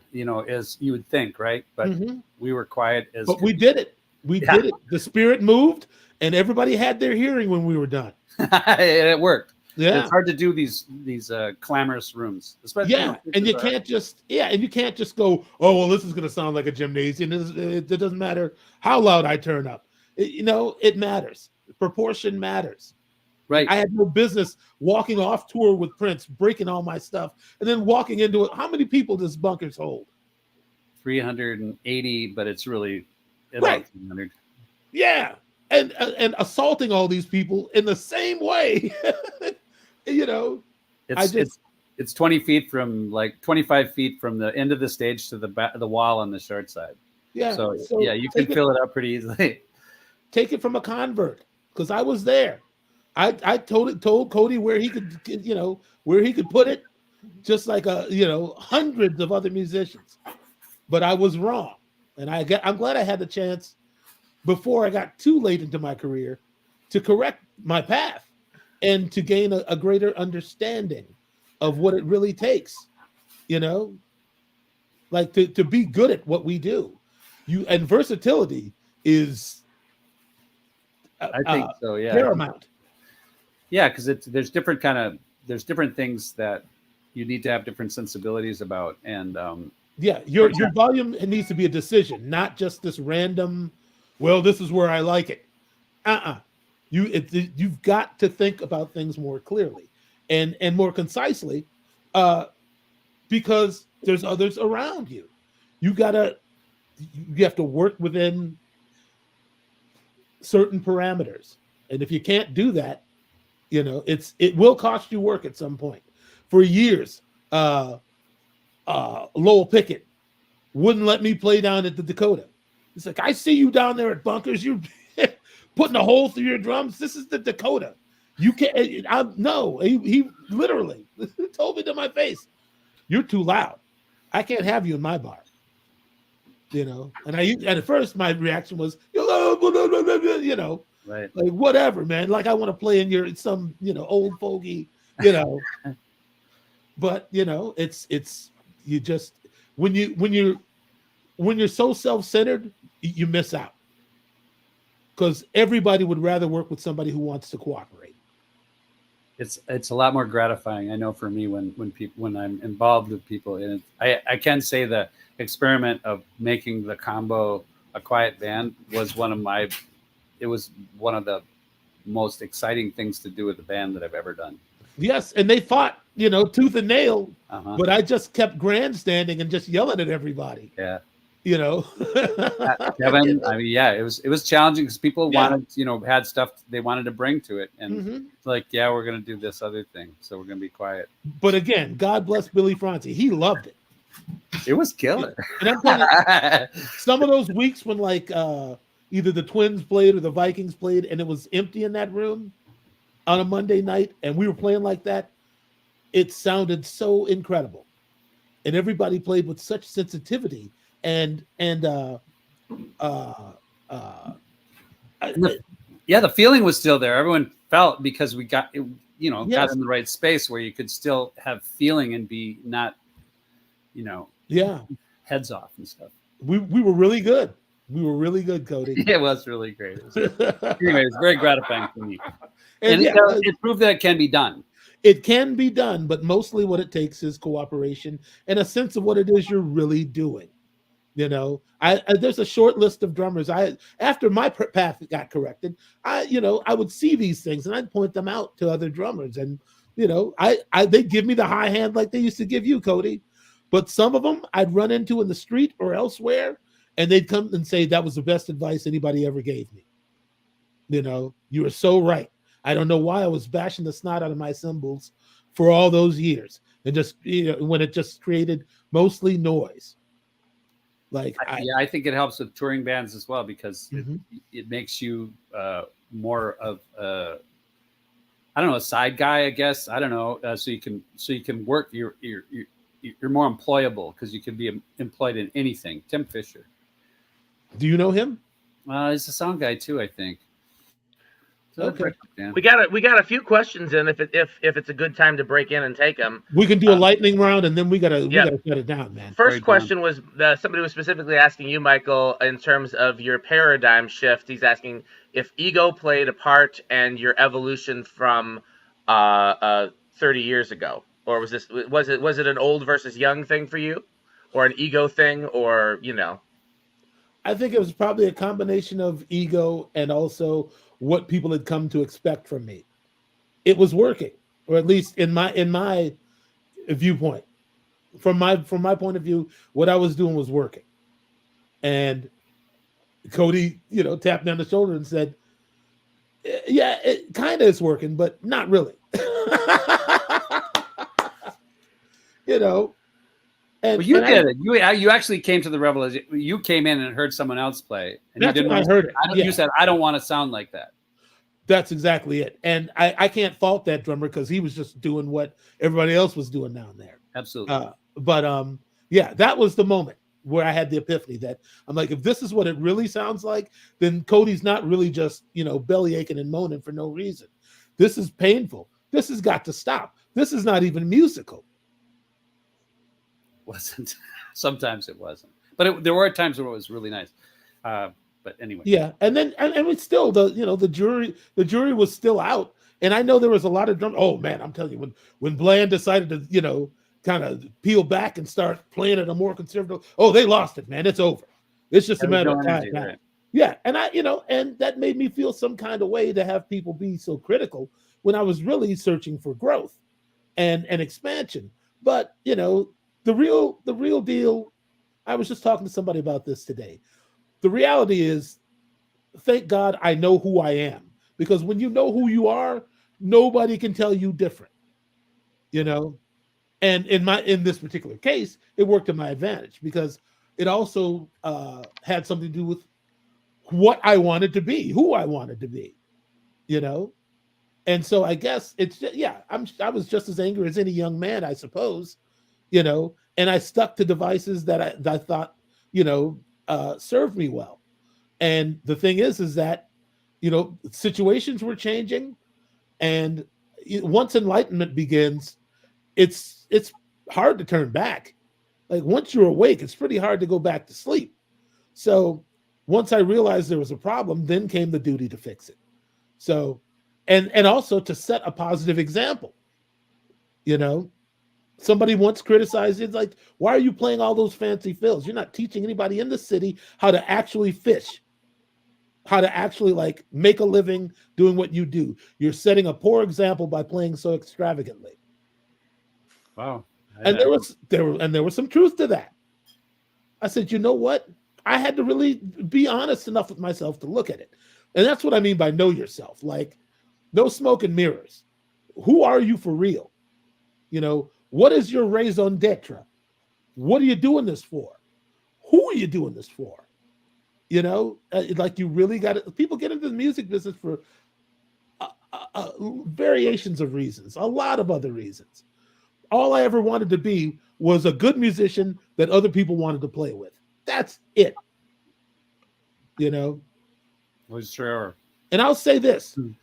At this last Larry Long rehearsal for the last Larry Long gig that I played at the Dakota, Robert Robinson was sitting right next to me, and I was playing drums, and he never plugged his ear one time. He never complained about my volume, not once. He sat right there just like I could touch him almost with my elbow. And I Awesome. really felt like a master in that moment. Because if that man, I mean, you know how dynamically he sings. Yes. It's like if I have that much control over my instrument, I really have accomplished something. You know? It's So awesome. that was a recent revelation, I guess. Just that I can, any volume you need, I can do it. You know, if that's what it calls for, I can do it. You know, I may not always choose to play at those levels, but if that's what needs to happen, I'm able. Right. It's play with a lot of energy. You Yes. Uh-huh. Yep. Quiet or loud. Yes, I didn't. That's thank you, Cody. Yes. Okay. I'm sorry. I didn't mean to break into that. Where No, it was excellent. We got Jennifer's question and Tim's question, and so if Yes, Fields and Cody want to address Jennifer's question real quick. So many people would fault me, but I don't stop working. So yes, constantly. I mean, if I was a live sound engineer, I would absolutely constantly be changing things. So Yeah. yes, a lot of guys say that's not how you're supposed, but that's what I do. Yeah, I mean, yeah. Here's Tim's question. I guess I should read these because for the people who are listening and that. So Jenna's question was about: do you set EQs and compressors during the show, or do you do that all in sound check? And the consensus answer is that even though by some schools you're supposed to set it and leave it and then mix the gain structure, both of our expert engineers here are always continuing to change, which makes sense because again, it's not necessarily going to be the same as sound check through the whole show, especially if anything, musicians play quieter during sound check and then turn up during the show. That's never happened to you, Cody, I'm sure. Well, my only hope is that from the beginning of the show to the end of the show, it sounds better at the end because then I'm successful. And it's relative, but that's what I'm gunning for. So here's Tim Fisher's question. Do you have a preference to the order in which you check instrumentation? Personally, I prefer vocals first to establish two-way communication immediately.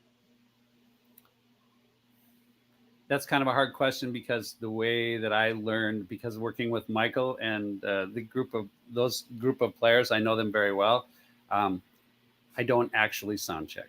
I can be in the ballpark to start, and so what I do, and Michael will verify this, I say play. The band plays, they sing, they do a song. I get gain structure. So I typically, if there's wedges or ears, I put the individual stuff in their stuff, and I say to the band, I just want you to run a tune. It's not going to be how you're going to want it to be, but I just want to know where things are going to be at when you're actually playing a song. So I run a song first, but it's totally not what you do. Normally you start with kick, snare, hat, right, John? So, but I'll do that. I think part of it is also you're the house guy in a venue Everywhere. where you know the system, so you don't have to do a line check every week. It's not like a lot of these, like I said, I'm thinking of a lot of festival gig nightmares where everything is dragged in day of, and you have to do a live line check on every single thing because the kick mic might not be connected properly or something like that. I don't look forward to doing any festival one-offs, and typically now you travel with production. So if your show isn't together, it's going to be a long day anyway for most of the musicians, and they probably won't sit there for it. So typically you're not sound checking after either your production rehearsal or your first show. I mean, is that your guys' experience, right? Well, that's part of the reason why Soul Asylum moved to in-ears, is because there's a lot of throw and goes for us. Yep. And if our monitoring situation is already set and saved, that saves time. I think a lot of people tour that way. You a certain amount of production, if you can travel at least with inputs and a desk, then you're going to have a lot more consistency. I think the other way is a very inconsistent and very difficult way to tour. What about you, John? Right. I got nothing. I got nothing. All right. Well, yeah, I'm pretty exhausted myself. Well, I will throw this at John. So Michael's Prince stories are legendary among the fans of this show, and we saw several comments, people talking about how much they missed them. People may or may not know your resume and who you've worked with, but I'm sure you have some amazing stories from working with artists that people have probably heard of. Do you have a favorite story that you like to tell, or do you have just the first one that comes to mind that people might find interesting? I mean, my only Prince story. Well, it doesn't have to be Prince. It could be any of the artists you've worked with. I know, but I got two. Okay, go ahead. One of them is I went to see I played with the Steels. I love the Steels. Early on, in like probably 89, I played guitar and Mini Moog bass. Nice. And the other guy's Paul. What was that guy's name? Paul. Paul Jackson. Paul. He played like low 4-string. Like he had a 5-string on a 4-string. I know exactly who you're talking about. I thought Paul. He was awesome. It's like Jackson or Johnson or something. Yeah. So for some reason, dark skinned dude played real low. So that was the band. And I think Daryl was in the percussion guy. Yeah. Mm-hmm. And we're playing at the Fine Line. Yes. Like 89, 90 maybe. Yeah, that was the time to get in there, man. Yeah. Somehow I got in there, and it's probably like 89, and I run out to the car to get something, and I'm coming back in the front of the Fine Line, and there he is. There's Prince. The first time I've ever been near him, ever, and he's with Kim Basinger, and they're walking into the Fine Line together to go watch this Steels show. Okay, that's it. Nothing happened. I just was near him, and that was cool. Can I give an addendum to that story? Yes, because I please. think I was there that night. Was it the Steels? Yes, it was the Steels. I was there that night, and I think I was sitting upstairs, and I think that was the night I was sitting upstairs, and Prince went to grab something. Like I was sitting at their table or at the table next to them, and Prince went to grab something, and he knocked her glass of champagne in her lap. And I'd never seen Prince so mortified and embarrassed. Amazing. My other one would be, we played Sunday nights at the Greasy Meal played Sunday nights at the Caboose from 95 to 2000, let's say. And one of those nights, Prince brought Chaka Khan to the gig. Yeah. And, there was an upstairs section at the Caboose where they had kind of locked it off for a little VIP section for Prince and his crew. And somehow at the break, Julius somehow got into schmoozing with Chaka, and she's going to sit in with us. And so she does. And we play Tell Me Something Good. And Prince is upstairs, I'd say probably the first time ever he's seen me on a stage. I mean, he didn't know who I was. But I'm playing guitar. I'm the only guitar player in this band. And I don't know, second verse, all of a sudden I break a string, and I got no backup guitar, and I'm down on my knees changing out the A string. Prince is up there watching me. Shaka's killing it. And so, I don't have any great Prince stories. All right. Those are my two. Well, don't feel so bad. I think like the first time Johnny Lang sat in with Prince, he broke a string too. Good. And Prince was like, your touch is a little too, your touch is a little heavy there, young man. You got to massage that girl. You can't choke her. He says something like that. Massage that woman. Well, like I said, I mean, if we're lucky, you'll get to stop by for one of our future episodes.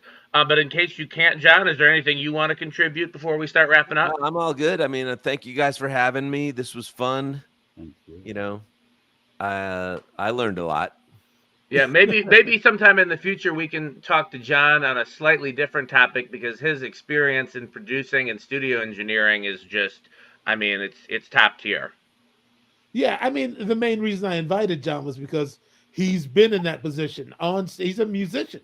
He's not just a producer or, he does many things, but he's had the same experience we've all had on stage, where it's like, okay, this sound guy is, it's like, all right, well, you have to decide like what's important to you in that moment where there's a potential conflict with somebody who can do a lot. Yeah. But on the other side, I didn't know if any equipment was going to come up, because I think a lot of sound gear is same studio, same live. I mean, I think it's different now. Yeah. And by the way, Cody, I don't know if you know, but Corey and Miles, there's a Midas 96 at Creation now. Oh, really? That Miles has been like he can working with, right? HD96, yeah. We have. Yeah, we've been talking to him. I've been down at Uptown because we did. So yeah, I mean, it's been sitting in the back room. I've been going in with him, and while he's learning it, basically, because he's been, using it. I really recommend to everyone to take the online editor. It is a really cool editor, but it's kind of like practicing with you practice with a Strat and you don't plug it in an amplifier, right? So you practice all week with the Strat and then plug it into an amplifier, and you go, shit. Oh, well, this is different. Yep. So, but I live for those experiences. I always have. Cool. The older I get, the more it's scary, right? So but I'm ready. Behringer bought Midas, right? They sure did. And so is the Midas board now more similar to the Behringer boards, or are they still very different? Yeah, the cool thing about the HD96, now I'm doing an ad for HD96, but the coolest thing about the HD96 is it took a lot from the Pro Series, so and then the M32, which has been really popular. Yeah, and it can run in several modes, and it's much more intuitive than any of the Pro Series products, which is how the M32 is. It's a lot easier to walk up to an M32 and mix on it. So it's incorporated a couple of different things: the Pro Series stuff. And quality, along with the user friendliness of the M32. So yeah, it's a nice desk. Before the buyout, I remember everybody raving about the Midas preamps. Are they still raveable, or is that dropped with Behringer? I don't know yet what the stage box. They're the same stage boxes, and their stage boxes are great. And that's what gives you the sound that you get is your stage box. Gotcha. I don't think I knew that with digital boards that the preamps are actually in the stage boxes, not the. That makes sense though. That makes perfect sense. Yeah, it depends, but it's an emulation anyway, so it's different. Yeah, it's just a different thing now, isn't it? I mean, I don't know. Are you running analog pre's? Yeah, I don't. Yeah, all real stuff. I remember a guy that used to bring an old analog. I want to say it was a Yamaha board. I don't remember what it was. It was some board that he just loved the preamps in, and he would run all his inputs into that board and then run them out of the inserts of the sends or something like that into his digital rig, just because he loved the way those analog preamps sounded. I would love to be on a show that it made sense to do that, but typically speed and flexibility make digital mixing really important for live people, because you can go from one show to the next, and when you're get to your next venue, you plug your ears in and everything still sounds pretty much the same. Yeah, I mean, he was still mixing digitally. The only thing he was getting out of that analog board was the preamps, but he would bring the board just for the preamps. Well, that's what I'm saying. You got to carry a lot of stuff. Yeah. I threw Jenna's comment up there because it coincided nicely with the Quincy quote that I put up there before, which is that you're only as old as your ability to process and accept new information. And that's been when you talked about being an older sound guy, Cody, I mean, I've never thought of, when it comes to musicians and sound guys, as long as your sound and your knowledge stays current, I never think it, maybe because I'm getting to be an older guy myself. I mean, 40 is old in musician years. Yeah. But I've, some of the guys that I've worked with, one of the guys we'll meet later in the series, my good friend Scales. He's at least Michael's age, if not closer to your age, and can sit down at any of these new digital boards, even if he's never used it before, and just knows how to do everything on it in a few minutes. And I'm just like, how? Because it's all, the technology is so new. Not ever, trying to convince my dad to get a smartphone was like, trying to convince Michael to get a smartphone. Yeah, I was going to say, you don't have to go. If you want to find a Luddite, you don't have to look very far. I'm right here. So it always, when you have somebody that's able to learn new things, the age doesn't matter, and I would like to think that a lot of people don't see it, because I forgot that Cody was an elder statesman until he mentioned it, because seeing him work and hearing him work, it does his age is irrelevant. He is still using the newest technology that makes sense. And that quote from Quincy came by way of Terry Lewis, who is apparently very known for doing the same thing. Every time the new technology comes out, he learns what the new technology is, because if you're able to adapt to things that can give you more options and more possibilities, you don't always have to use them, but there's no downside to have the options. That's my belief, is that if you don't jump in the, I think you just jump in the water. It's scary, and it scares me to death, but I just jump in because that's the new pool or whatever, right? So you have to jump in, I think. Mm-hmm. Well, Michael, speaking of the future, what do we have coming up in the next few weeks? Oh, in about 2 weeks, we have the single release of a song called "Brother" by a duo called Brothers, which is me and Sonny Thompson, and we're the release date is Friday, April 19th, and the very next night we have an event that's called Together, which is a reunion of sorts of the original New Power generation. Levi, Barbarella, Sonny, and I are the rhythm section, and Mike Scott is actually flying in to play with us a little bit, and Tony M is going to come. I think also the marvelous Chastity Brown is going to join us. The Steels will be there. Margaret Cox, our mayor G Sharp, and the ever exciting JB, and Ash Smash. Like it's a cavalcade, man. It's we're just playing, what the people want to hear, and as long as there's a need, I'll be willing, playing Prince's music after working with him, as long as I did, and having him not here with us, it can be an emotional thing, but it's like I really don't feel that I've even had a kind of closure over it yet. It's almost like he's just in another country for now. But I felt like I wanted to do something for the fans, and the Diamonds and Pearls box set came out in October with very little fanfare from the estate, as far as I'm concerned, and I feel like this is an opportunity for us to do something, not to compensate or to or in lieu of, but I just had the right spirit move through me, and I said, yes, I want all these things to culminate at the same time. I want Sonny and I to embark upon our journey as a real duo, as a creative juggernaut, and I want to also celebrate with my friends, so that's what it's all about. Together, celebrating the life and music of Prince Rogers Nelson, Saturday, April 20th at the Uptown Theater. You can get tickets at Ticketmaster. It's a Live Nation venue, so that's who that's how it goes. There's a meet and greet. Nerdy is going to open for us, and he's really great. DJ Dudley D is going to be DJing, during all the dead spots, and at the end of the night, I'm sure there'll be some sort of a dance party. I think that what's the city ordinance, or I think 10 o'clock probably, right? Oh, I heard that I think they're going to stay open till 2. Oh my goodness! Yeah. Awesome.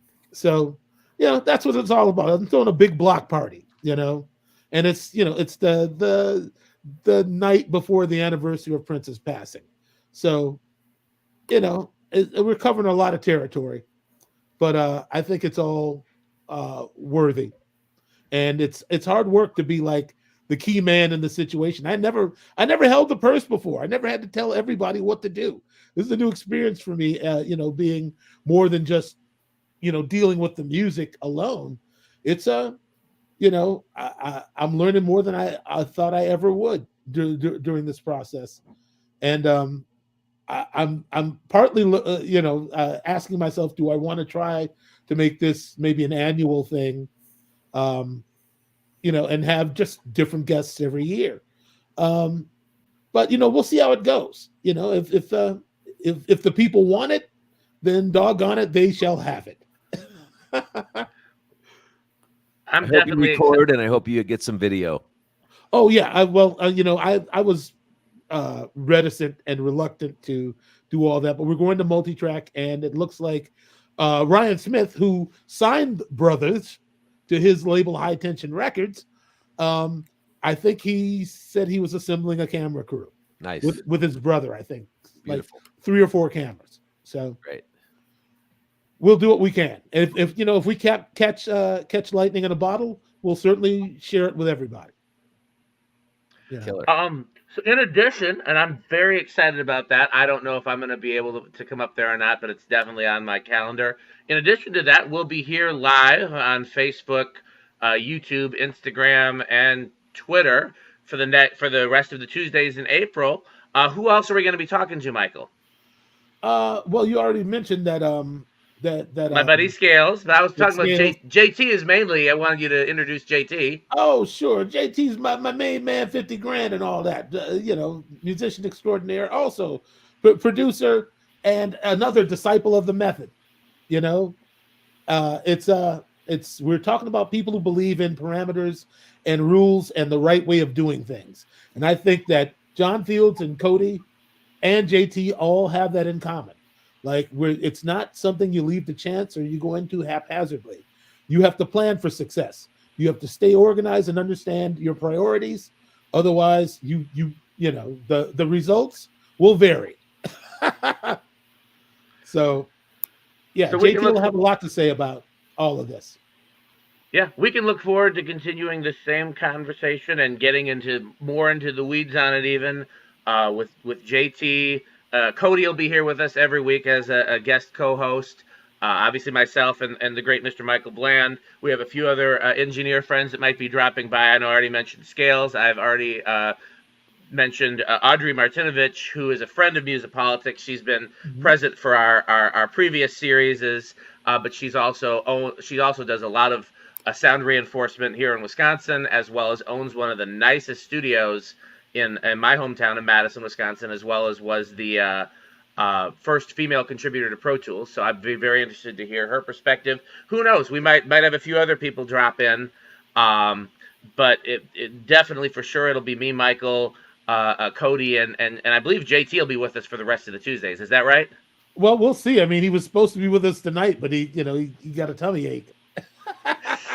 Don't put him on blast, Michael. You do that to me. You always put me on blast. Leave JT alone. But yeah, for the people advertised that he was going to be here, so somebody's wondering anyway. So for the people asking in the comments, so it's streaming the same way you can get it tonight. It streams on the Musipolitics Facebook page, the Musipolitics Facebook group, my Facebook, Dan Spiffy Neuman, my professional Facebook, Dan Spiffy Neuman Musician. If you go to YouTube, you can also search for my name, Dan Spiffy Neuman, or Musipolitics. DiSCiPLES on Instagram and Twitter. So it's streaming to all of those destinations. But then by tomorrow morning, it will be available on Spotify, Apple Podcasts. I don't remember all the name of all the podcasts. Anywhere you get your podcasts, you can hear this amazing discussion and all of the future discussions. They'll be up the day after. So if you can't make it live, it's too bad you don't get to see all of our beautiful faces, including Cody's face that was frozen like the Scream mask for a while there. Yes, I know. And you don't get to ask questions in real time, but you still get the benefit of the discussion. So please look for this, and then when it's live, share it with your friends, share it on your own profile so more people can see it. Anything else anybody wants to say? You know what? I want to make sure that people understand one thing before we adjourn, that this was really my idea. This was not whoever, because there's always haters. There's always somebody waiting in the wings to say, oh yeah, I bet they were talking about me. If you identify with any comments made on this channel or during this podcast, then you might need to take care of something. You might need to do something. Don't get mad. Don't get mad, and don't try to corner Cody down at Bunkers, because I'll send somebody down there to deal with you. Don't go down to Cody belly aching and whatnot. We're all trying to do serious business here. We take what we do very serious. Now, if you don't, or if you don't want to cooperate, or if you're in it for self, then acknowledge that about yourself and stay out of the conversation. But don't get upset just because we're telling the truth here. I don't expect a bunch of static from a bunch of people who are not willing to do anything about it. So save it. If that's what you're thinking about doing right now, don't bother. All right? I'm glad I don't know who Michael is talking to right now, because I'd hate to be them. It's for just the general public. They're out there and they know it. Well, I won't be the one cornering Cody at Bunkers too. I was better not. I remember one time I asked Cody for something at Bunkers and he was like, nope. And I was like, okay, that's end of that conversation. Yeah. Well, yeah. So just to clarify, because somebody said something in a comment about 2 weeks, we will be back here next Tuesday. It's not 2 weeks out. 2 weeks is when Michael's live show is going to be at the Uptown Theater. Right. And if you're in Minneapolis, if you're willing to make the trip to Minneapolis and able, I mean, I hope it becomes an annual thing like he's talking about, because then in the future you might see John Fields show up as a special guest. You might see me show up. There's lots of people you could show up, but this year it might be the only one. So just in case, if you're at all able to go, you should go. You should get tickets and you should see it, because again, it's going to be some of the very, very best people from both the Purple extended family and the Minneapolis music scene. And it's Michael and Cody working together, so it fits in perfectly with what we're talking about here. So both on an engineering standpoint and a musical standpoint, it's going to be impeccable. And so can't lose. I sincerely, I have a very, like John, I have a very busy week that week, so I haven't written it in pen, but it's penciled in for me, and if I'm able to, you will see me there. And if not, I will look forward to the next one. Anything else anybody wants to add? Anybody else want to threaten people not to come down to Bunkers and yell at Cody? So, okay, well, in that case, we'll close out. Cody, I'll see you next week. Michael, I see you all the time. John, if you're able to stop through again, I'll keep you on the emails, and you're more than welcome to jump in anytime. If not, it was so great having you here tonight. Thank you for sharing all of your expertise. Somebody said in the comments just now, I want to corner Cody just to shake his hand. Is that allowed, Cody? Can they do that? Absolutely. Everyone should come on down and say hey. For sure. Okay, bring your hand sanitizer, though. We don't want Cody getting sick, so you know. Not only that, but say hey and not hey, man, listen. Stop at hey. Stop it. I'm telling you. I feel like Cody can handle himself, though. I feel like you're not needed to be. I feel like Cody will fight somebody if necessary. Yeah, but let me tell you, Cody had a lot of, No, Cody's wife. Cody's wife will fight. That's what, Michael, you don't need to do nothing. Just Cody's wife will fight anybody for Cody. All right, now who's uncovering who on this podcast? You leave Kathy out of it. That's a compliment. That's a compliment to her and Cody. So, on that note, we've gone past when Michael. I'm always the one that likes to go long. Michael's the one that. So we'll let Michael go. Thank you again, everybody, for coming, and we'll see you next week. How did we used to sign off, Michael? Do you remember? Did we have a saying or something? Live long and prosper. We'll do that. Okay. Thank you so much, everyone. See you next week. See ya. Yeah. See ya.